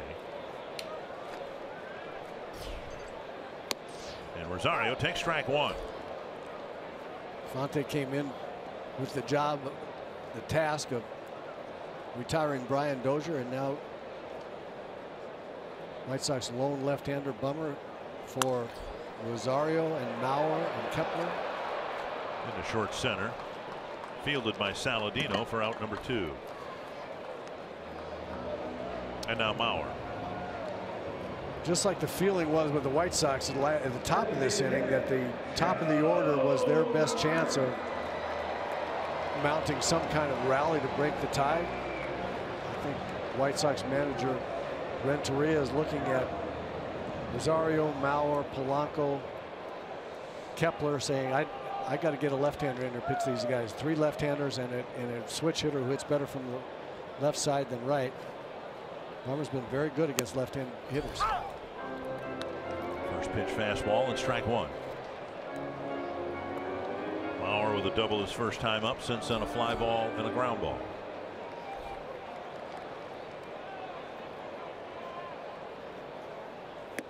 Swing and a miss.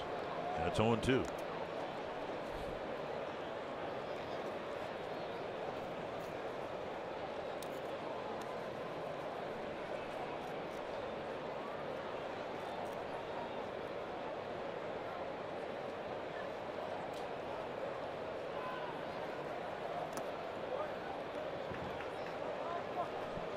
Righty lefty doesn't make any difference. The White Sox put their outfield shift on for Mauer,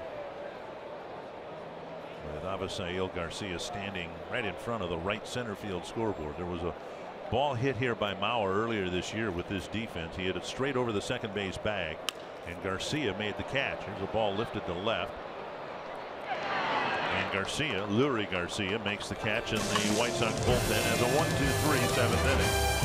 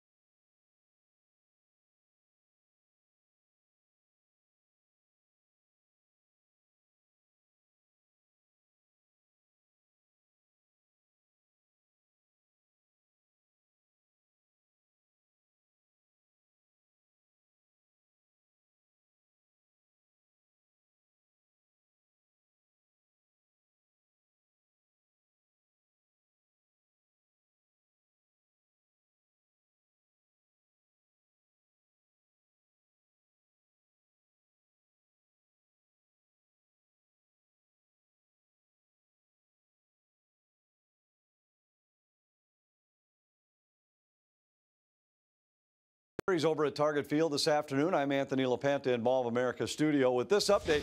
Coming up tomorrow night on Fox Sports North, you can see the Twins and the Royals. Join Tim Lauder and me at 6:30 for Twins Live before we get ready for the series opener against Kansas City. And over on Fox Sports North Plus, it's the Lynx in the Sky at 7 o'clock. 3-3 our score. Alan Buznitz had a very quick and effective top of the 7th, and he'll be out there to start the 8th. He'll face Matt Davidson, Kevin Smith, and Rob Brantley, the middle of the Chicago batting order here in the 8th inning.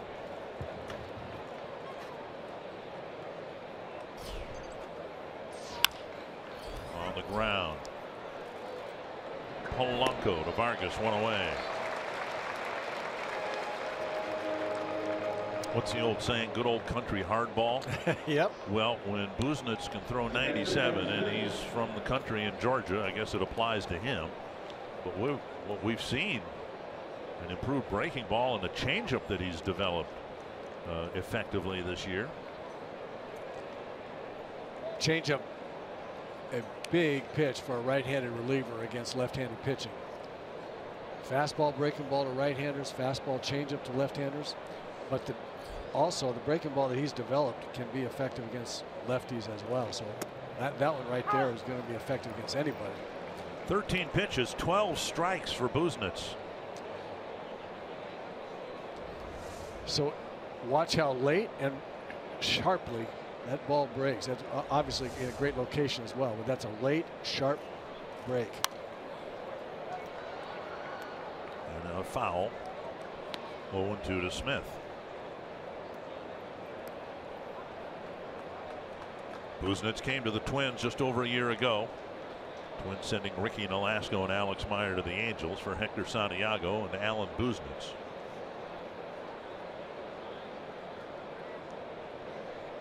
(0-2) to the White Sox catcher. And he beat the shift. Just stuck the bat out and bounced it to the right side. And there was only one infielder there. And a 1-out single for Smith. We'll bring up Brantley. One of those times when the shift doesn't work, and it works less against guys throwing 97. You'll see some right-handed hitters hit the ball over there on the right side just because they can't get around on it. Most of the time, players in the shift are standing in the right place, but every once in a while, it'll be an excuse me defeat of the shift. Brantley 1 for 3, strike 1. My goodness. 16 pitches, 15 strikes for Buznitz. I love the way he's starting hitters out with that curveball for a strike. Also, it does two things. It gets him strike one. The hitter hasn't seen his 97-mile-an-hour fastball yet, and it plants that curveball in his mind for later on.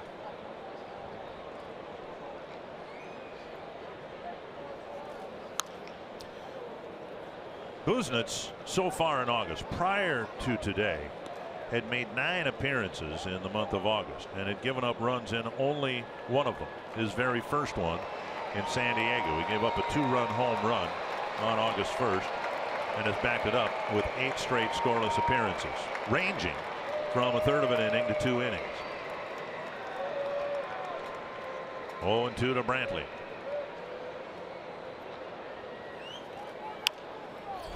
Over the White Sox dugout. Hitters have an expression about their plan against a pitcher that they call elimination. You try to eliminate pitches in your mind that you have to worry about. So Buznitz has a 97-mile-an-hour fastball and a curveball.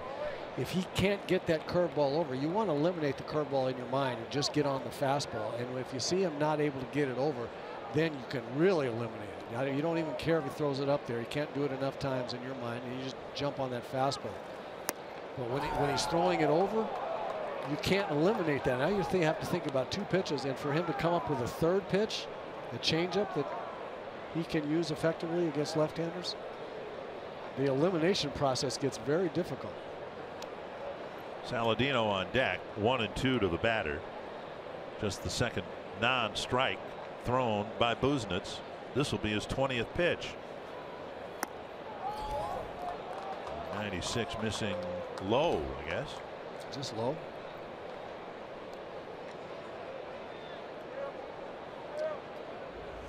Not a bad location for a 1-2 pitch. 96 down low. Fox Tracks presented by Carrier.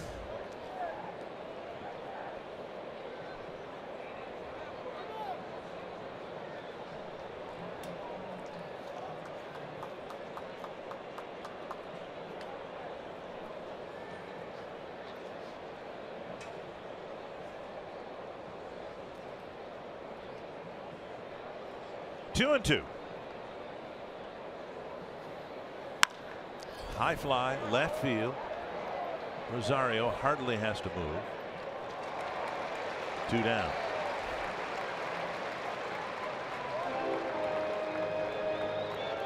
And that'll bring up Saladino.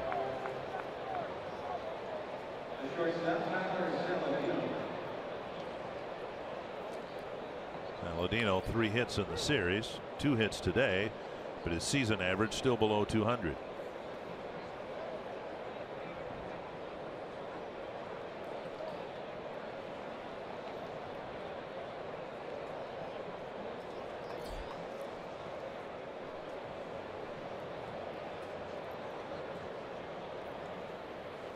Breaking ball off the plate.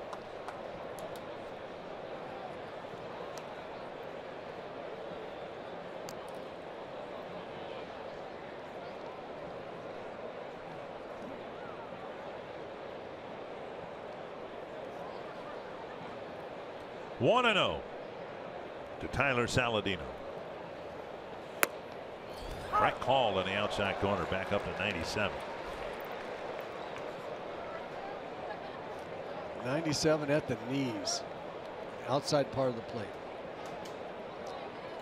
You have to take that pitch. You can't hit it.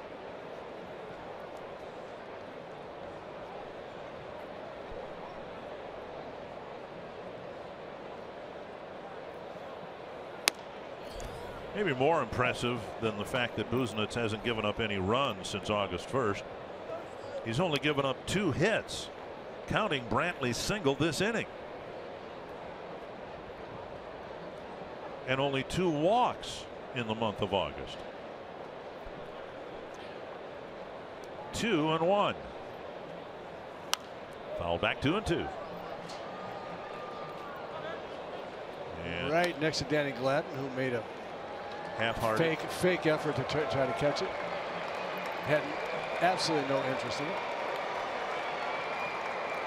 What I like about Buznitz too is how effortless and repeatable his delivery appears to be.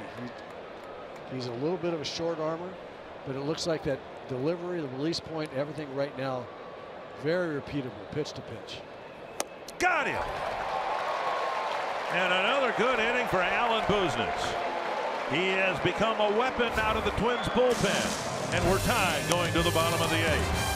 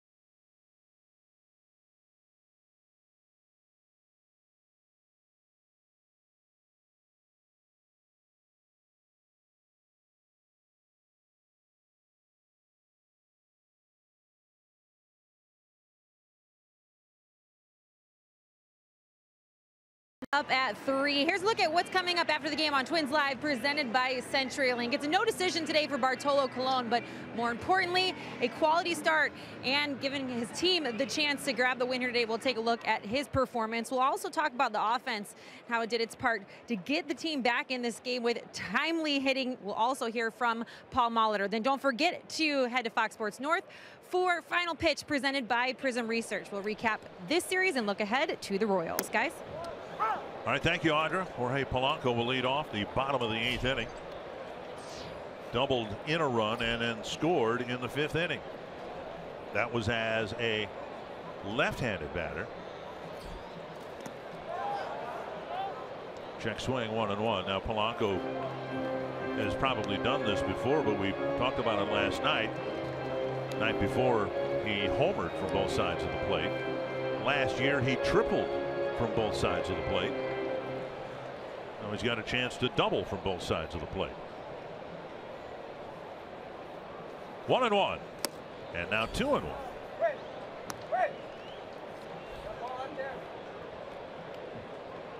And Paul Molitor getting the attention of the home plate umpire. There's a ball on the warning track in left center field, and now the center fielder Engel will retrieve it, flip it into a bullpen. So pretty observant eyes in the Twins dugout. You don't want Polanco to hit one to the gap and have there be 2 balls out there. Maybe that wouldn't be a bad idea at all.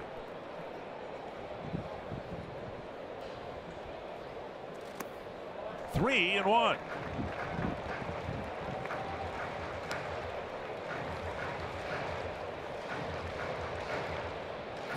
Bummer with 8 walks in 11 2/3 innings coming into the game. Kepler on deck. Hank Polanco's aboard with a leadoff walk. Kepler will bat, but of course coming up later today, our post-game show with Tom Hanneman and Tim Laudner, who will be inducted in a matter of weeks into the Missouri Tiger Hall of Fame. Congratulations, Timmy. That's a big deal. Getting inducted into your university's Sports Hall of Fame is a real honor. It's a big deal and well deserved by Tim. Kepler bunts it into the seats. 1 strike. So he'll be spending part of his hunting season and late golfing season in Columbia, Missouri. Kepler has really struggled against lefties, and one of the main reasons Bummer was brought into the game is because of that. And now Kepler has a chance, if he can just put a bunt down, to get Polanco up 90 feet. Needs to be able to do that. Needs to get the runner at second base here. Kepler's last sacrifice bunt more than a year ago. Pulls the bat back and takes ball 1. They have been working on that sacrifice bunting and batting practice lately. Before their rounds of swinging away, each hitter goes in, bunts the ball 3 or 4 or 5 times. Hopefully it'll pay off. This is part of winning baseball here, is moving guys along when you're supposed to. Pull the bat back again, and you got to like the approach. Getting a good pitch to bunt. If it's not a good pitch to swing at, it's probably not a good pitch to bunt either, right? It's the exact same thing. You have to get a good ball to bunt. 2 and 1. Twins trying to take advantage of the leadoff walk here in the 8th. And they'll get Kepler at first as he drops a nice bunt up the third baseline. Go ahead run is at second base. Very well done, Max. We've seen Max Kepler make really very, very fine sacrifice bunts and beat him out for base hits. He can get down the line. That ball just bunted a little bit too hard. The third baseman has to take 1 more step to get that ball. Max beats it out. Bummer will be taken out. Escobar, a better right-handed batter than left-handed batter, so we'll have a righty coming in for the White Sox with the go-ahead run at second base.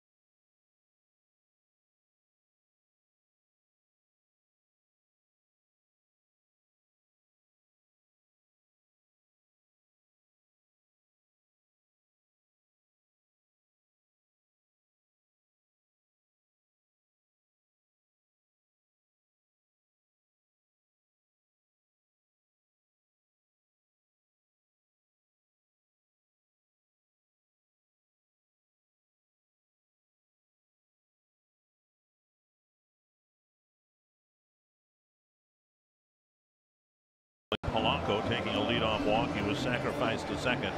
And now Escobar will hit left-handed against hard-throwing right-hander Danny Farquhar. Farquhar pitched well here the other night, but he too has had some issues with his control.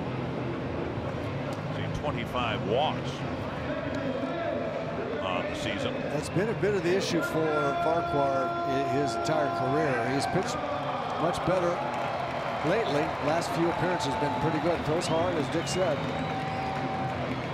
But he's got the kind of stuff where you can look for the ball right in the middle of the plate, take everything else. He's got a chance to walk you or get you to 2-0 and 3-1. So get a good ball to hit.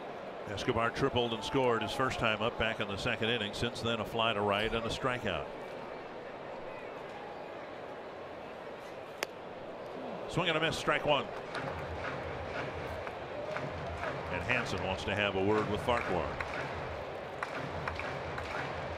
What sign are you using? Second sign, first sign after the indicator, whatever that might be. Middle infielders need to know what pitch is coming.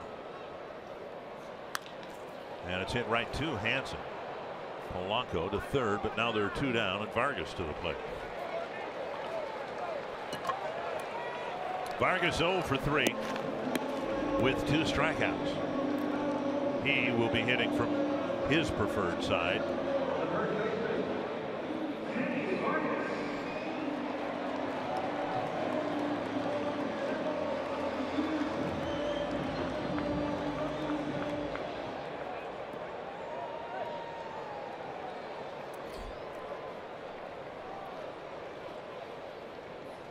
Up and away, ball one. In the event the Twins take the lead, perhaps even if they don't. Matt Belisle will pitch the 9th inning. Warmed up and ready to go. 1-0 to Vargas. Big swing and a foul straight back.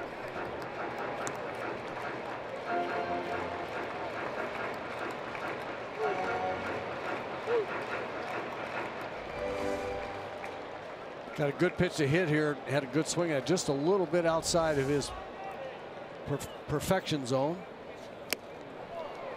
And now swinging through 94.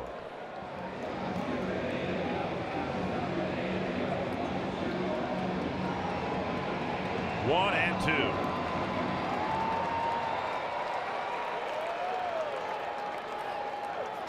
And time called just as Farquhar was ready to deliver to the plate.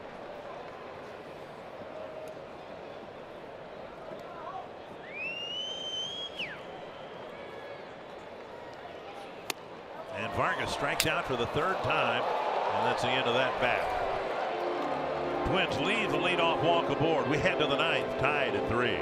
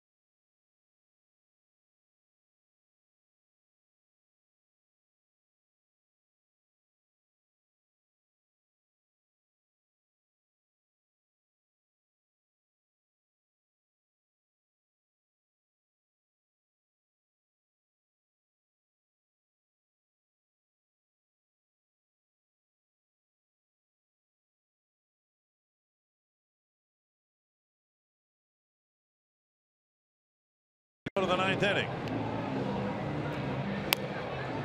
We had a pitch in for baseball collection event thanks to the Twins today. The people brought new and gently used baseball equipment to the ballpark, where we at Pitch In for Baseball distribute the equipment to kids that want to play ball and don't have the resources to get their own equipment. We're on track this year to distribute equipment to 100,000 kids as the year progresses here. And now with the devastation in Houston, I know that we're going to be involved. We've just doubled or tripled potentially the equipment that we would like to deliver. We could use your help.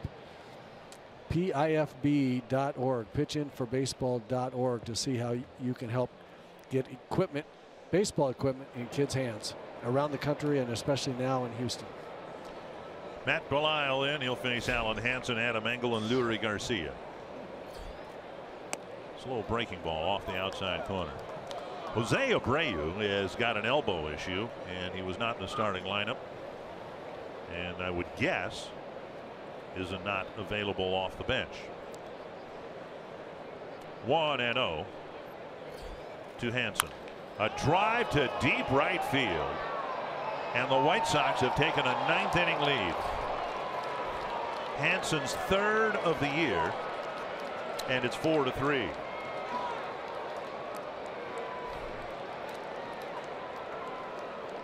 And a great swing by Alan Hansen. The ball looked like it was down in the middle of the strike zone. A classic left-handed hitter swing. Let's look at it again. Right in the middle of the plate. Right where left-handers like it. In the middle of the plate, down a bit. Hansen put a charge in it. And now Adam Engel.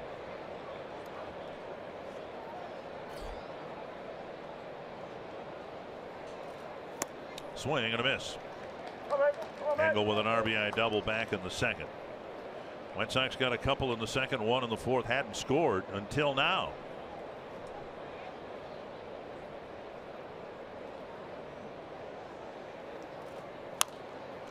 Ball back. 2 strikes.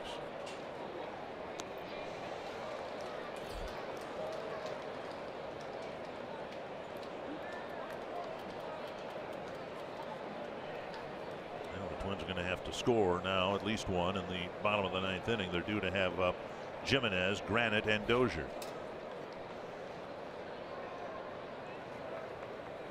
Up and away, 1-2.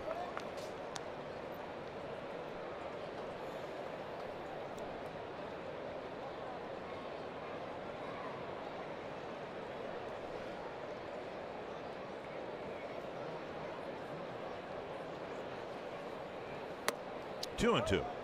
Astros have expanded their lead now 3-1 over the Rangers. Rangers in pursuit of the Twins and one of the wild card spots.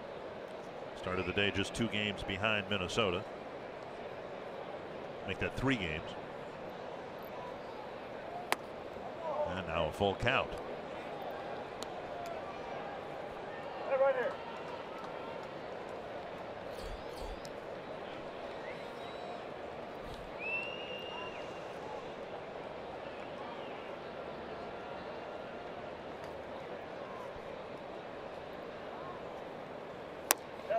And a walk. Belisle got ahead of him 0-2 and lost him. So the 8th place hitter for the White Sox, it's a home run. Belisle walks the number 9 man, and now Lurie Garcia. Belisle's been very, very good over the 2nd half of the season, especially this last month. So far, his command not as sharp as it has been, or what we've seen his last several outings.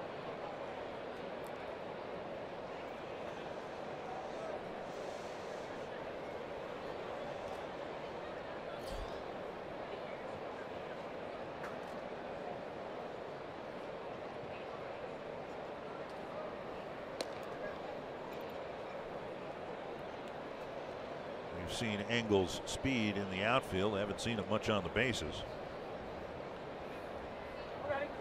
Escobar pinching a little bit at 3rd base, expecting a possible bunt.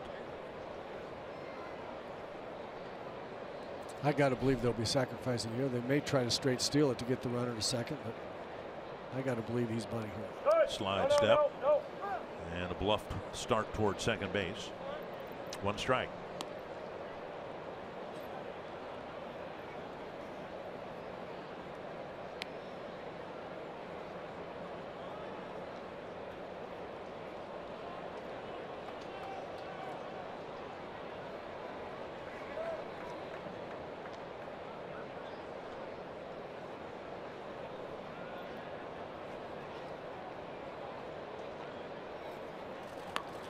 Bunt, foul, and now 2 strikes.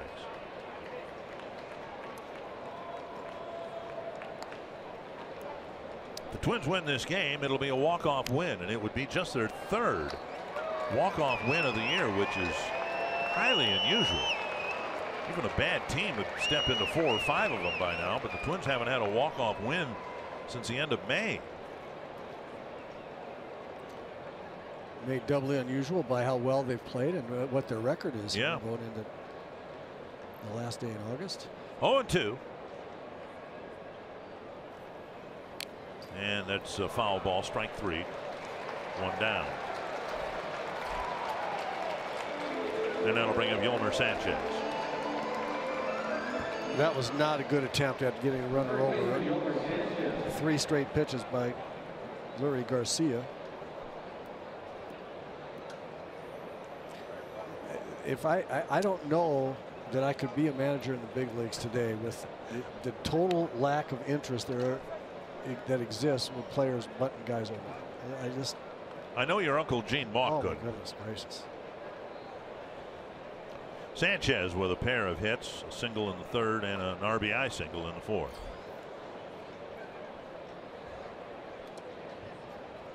And now we'll see if the White Sox try to steal Engel into second base.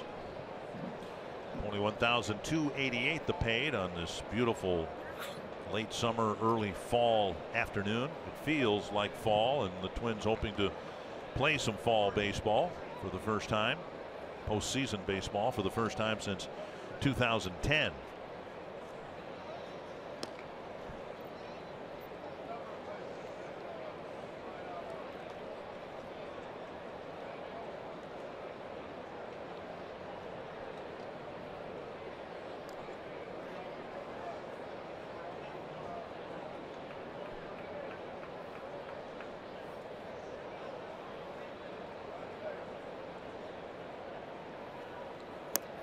Strike on the outside corner.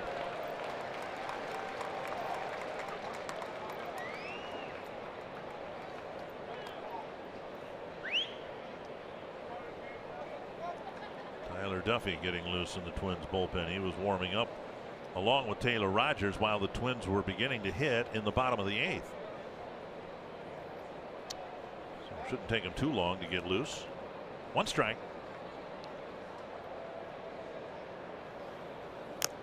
And now 2 strikes.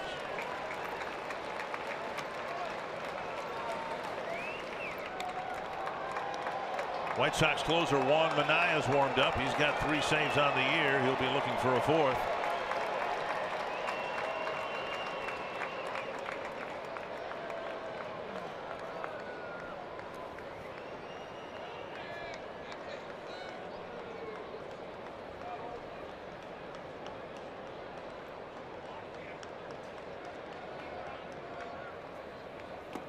Missed inside, and it's 1-2.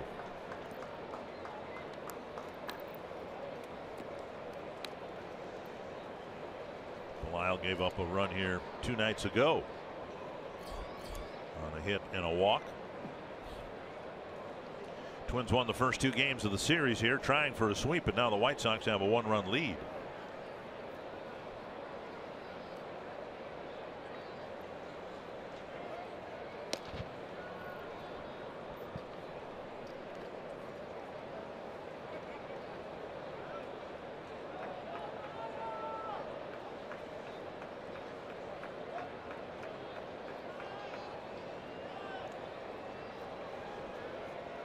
See if Belisle can put Sanchez away. Sanchez has been very good with 2 strikes today. He's been hitting with 2 strikes all game and has had really good at bats. Runner goes, swung on and missed, and Jimenez can't get the grip on the ball. It'll be a strikeout, but a stolen base. getting Engel into scoring position.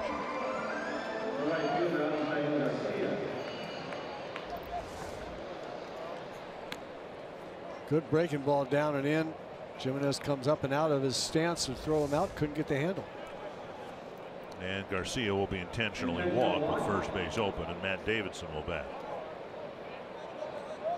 Tough deal. The very pitch that caused the strikeout helped create the stolen base.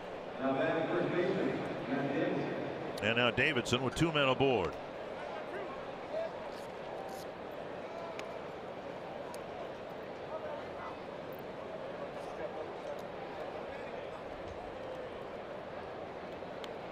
Twins, as they get ready to hit in the bottom of the ninth, they hope in a one-run game. They have a bench of Adrianza, Buxton, and Garver. Big out to get here, though, with Davidson at the plate, a double in 4 trips.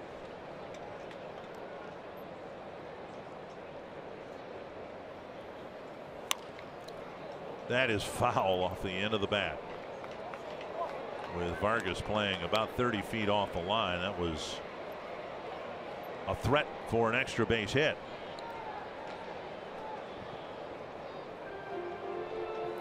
It's been one of those already down that in that spot down the right field line. It was Davidson who did it, wasn't it? It was Engel actually that kind of Engel's RBI double slashed a weak ground ball past Vargas, between Vargas and the line.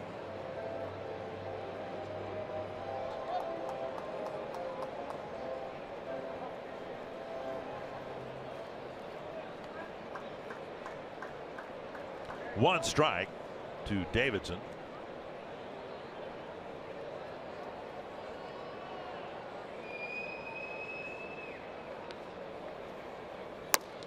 On the outside corner, and it's 0-2. Lyle starting to get his command back a little bit. Still some very nice pitches on both corners of the plate now. Davidson's got enough holes. You can find him. Don't want to leave anything in the middle of the plate. He's got good power. Dangerous hitter, but he does have holes you can pitch to. You can find him.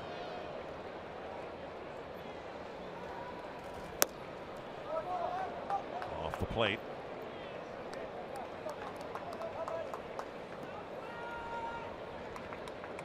One and two.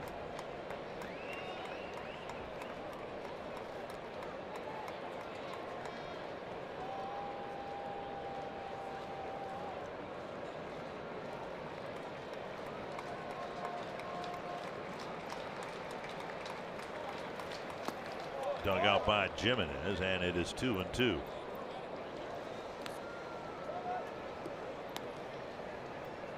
And Belisle about to throw his 20th pitch of the inning.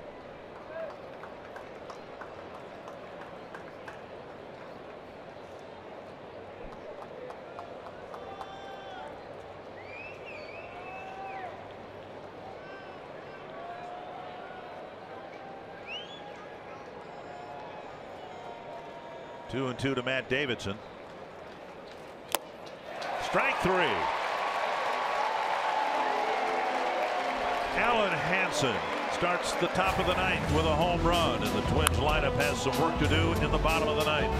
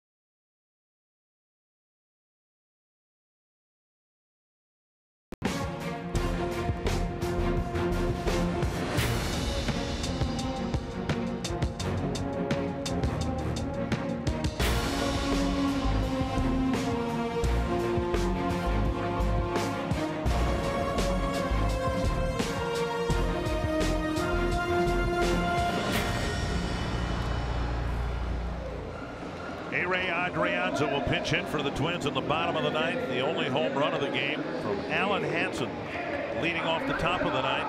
The Twins down a run. Will try to get at least one run here in the bottom of the ninth against Juan Minaya, the newly anointed closer for the White Sox.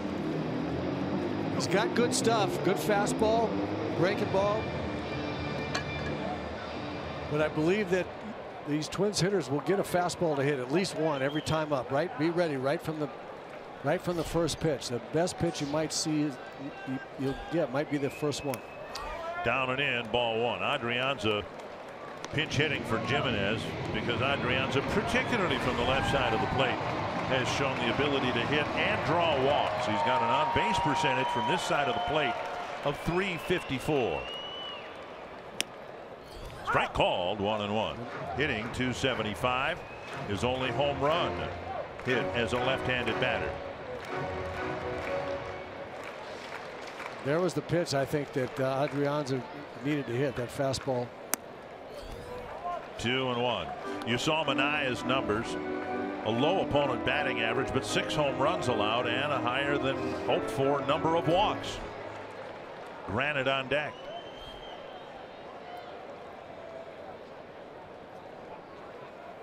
Pulled, foul, and it's 2-2.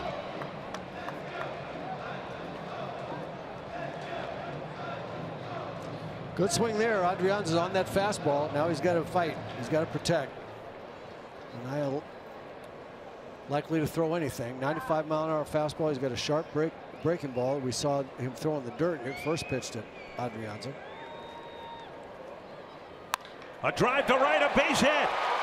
Adrianza rounding first, and he will hold up there. A pinch hit leading off the bottom of the ninth. Really nice at bat right there by Adrianza. Got a little breaking ball right, a hanger right in the middle of the plate, and he took advantage of it. Drills the ball into right field. Now right here he's watching. He's saying just bobble it a little bit. But Garcia came up with it cleanly. Held Adrianza to a single. If he bobbles that ball even a little bit, Adrianza was going to head for second. Sanchez in on the grass, expecting a granite bunt. And a throw to first. And Adrianza's back. Granite with an RBI single in the second, lined out to short in the fourth, and a fly ball to right.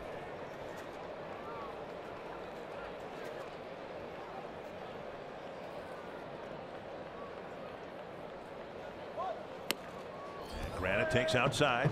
Ball one. I have not seen Zach Granite bunt yet since he's been in the big leagues. My strong guess is that he would be adept at bunting. It seems to be it would play right into his game. Very solid, competent player.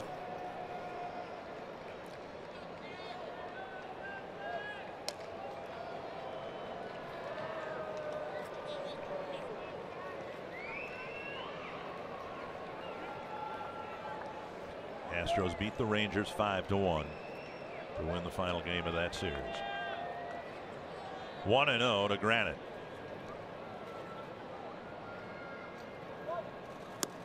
Outside 2-0. And Hansen comes halfway into the mound to encourage his closer to throw it over.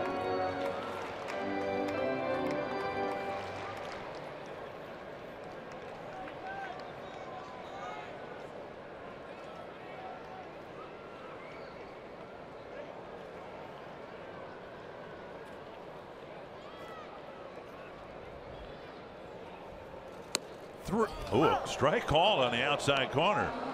And Granite stares off in the distance because he thought the third pitch was where the first two were.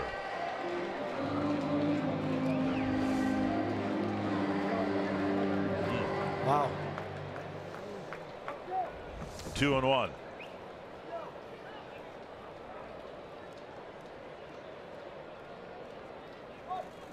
In the air. One out. Granite popped it up. The Twins losing out. They've got 2 left. Dozier will bat next.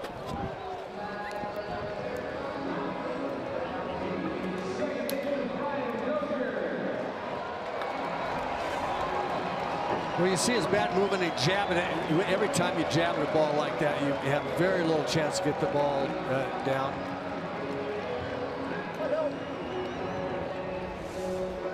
Dozier with a double in 4 trips. He's hit the ball to the right side 3 times.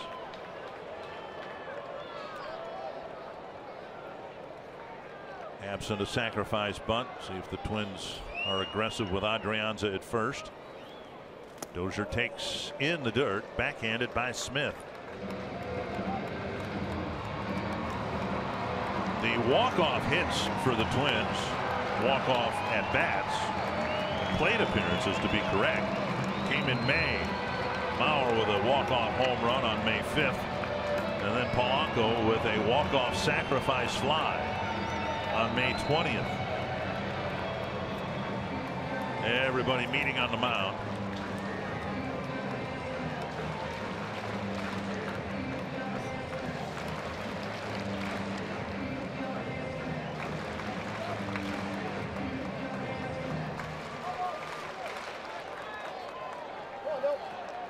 Dozier second on the team in home runs with 26. Second to Sano's 28. High and tight 2-0.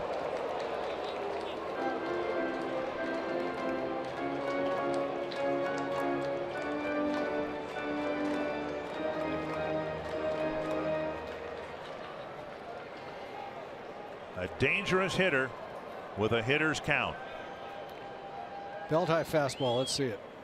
3-0. And if Manaea ends up walking Dozier, it's as if the sacrifice attempt by Granite was successful. Rosario on deck.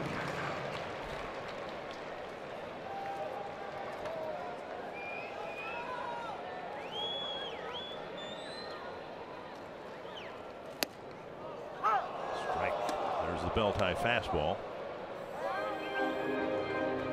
3-1.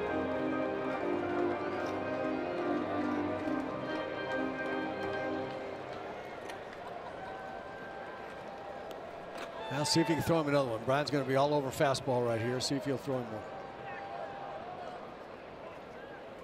Popped up near the Chicago dugout and out of play. 3-2.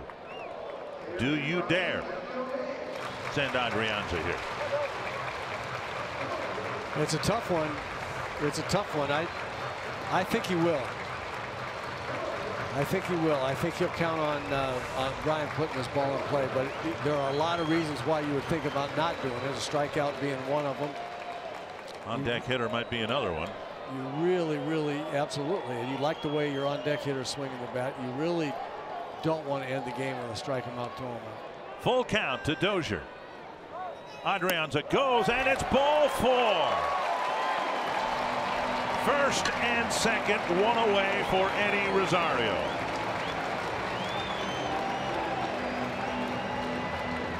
That was a tough take on 3-2. Yes, it was. Yes, it was. Rick Renteria will come to the mound here. I believe he's had anybody warming up.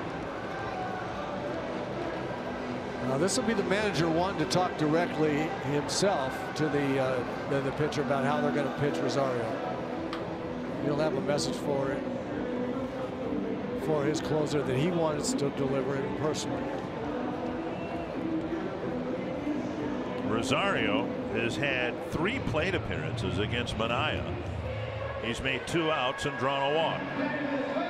So he's had some exposure recently. Of course, the Twins had 5 games in Chicago last week. So somewhere bookmarked in Rosario's psyche is some familiarity with this guy. Well, the biggest question will be whether Eddie can be patient enough to get a ball that he can handle. Manaea doesn't throw anything that Eddie Rosario can't handle if he throws strikes, or if Eddie will make him throw strikes and not swing at questionable pitches.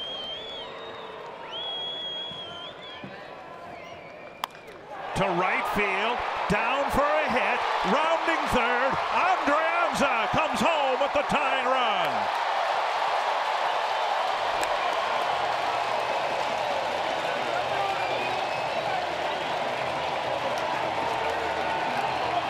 Dozier to third. And the winning run is 90 feet away.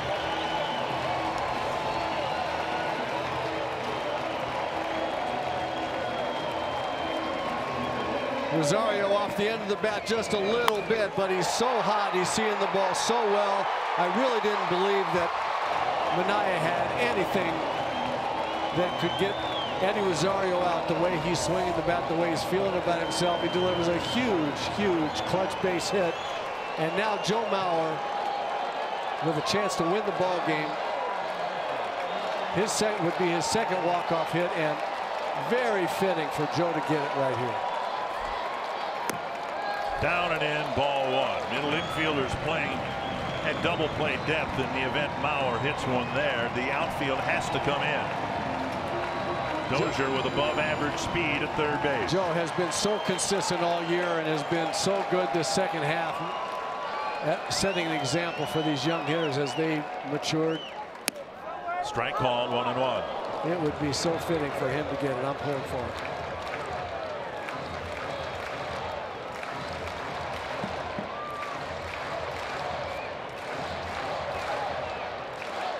The winning run at third.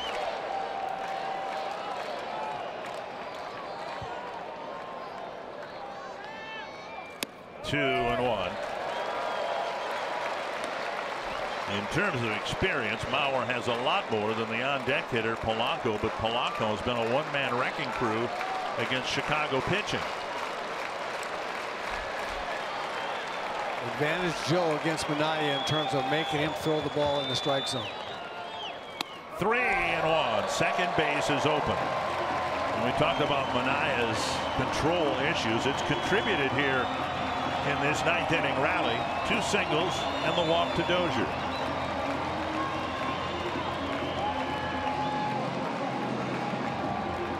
And now, even as importantly, working Joe into a hitter's count, 3-1.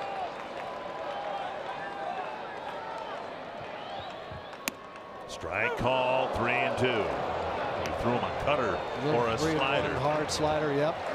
Or cutter, yep.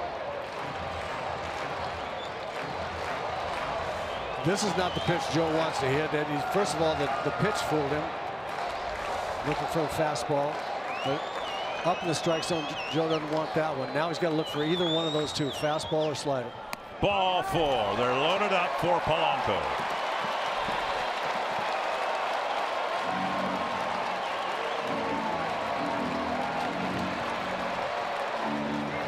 Polanco today, an RBI double, a run scored, and a walk.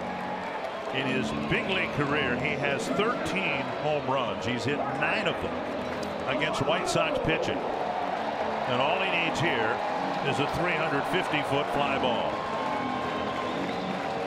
Well, what he needs first and foremost is to get a ball in the strike zone that he wants to hit. Young hitters can get excitable here and swing at the first thing that they see, or the first close pitch that they see. Or he needs to just relax, get the ball in the middle of the zone. Right up the middle, caught by the pitcher, Minaya. Somehow he got the glove on that ball and caught the line drive for out number 2.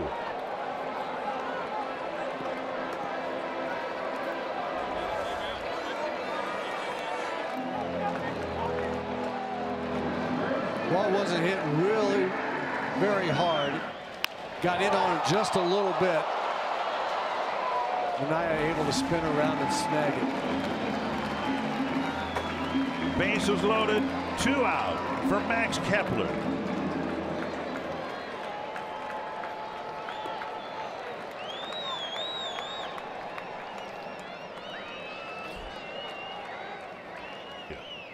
Inside, and they hit him.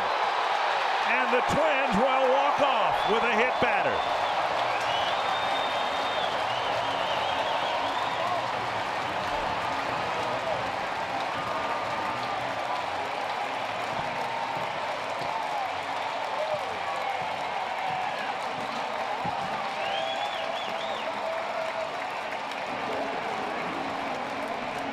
So the 3 walk-off wins for the Twins in 2017.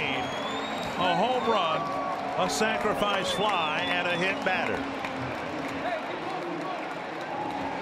Twins did a great job putting pressure on Minaya, running some real good hitters up there time after time with the game on the line. Minaya couldn't answer. Tried to throw a nasty breaking ball to Kepler, hit him in the leg, game over. Tom Hanneman, the day started ominously with fear of losing Byron Buxton to a season-ending injury. We found out along the way he will be okay, and then the Twins with a walk-off win. It's been a good day for the Minnesota Twins. Dick, in a word, August was awesome. Now will Twins fans witness a September to remember? Up next on Twins Live, presented by CenturyLink, we'll break down this walk-off win.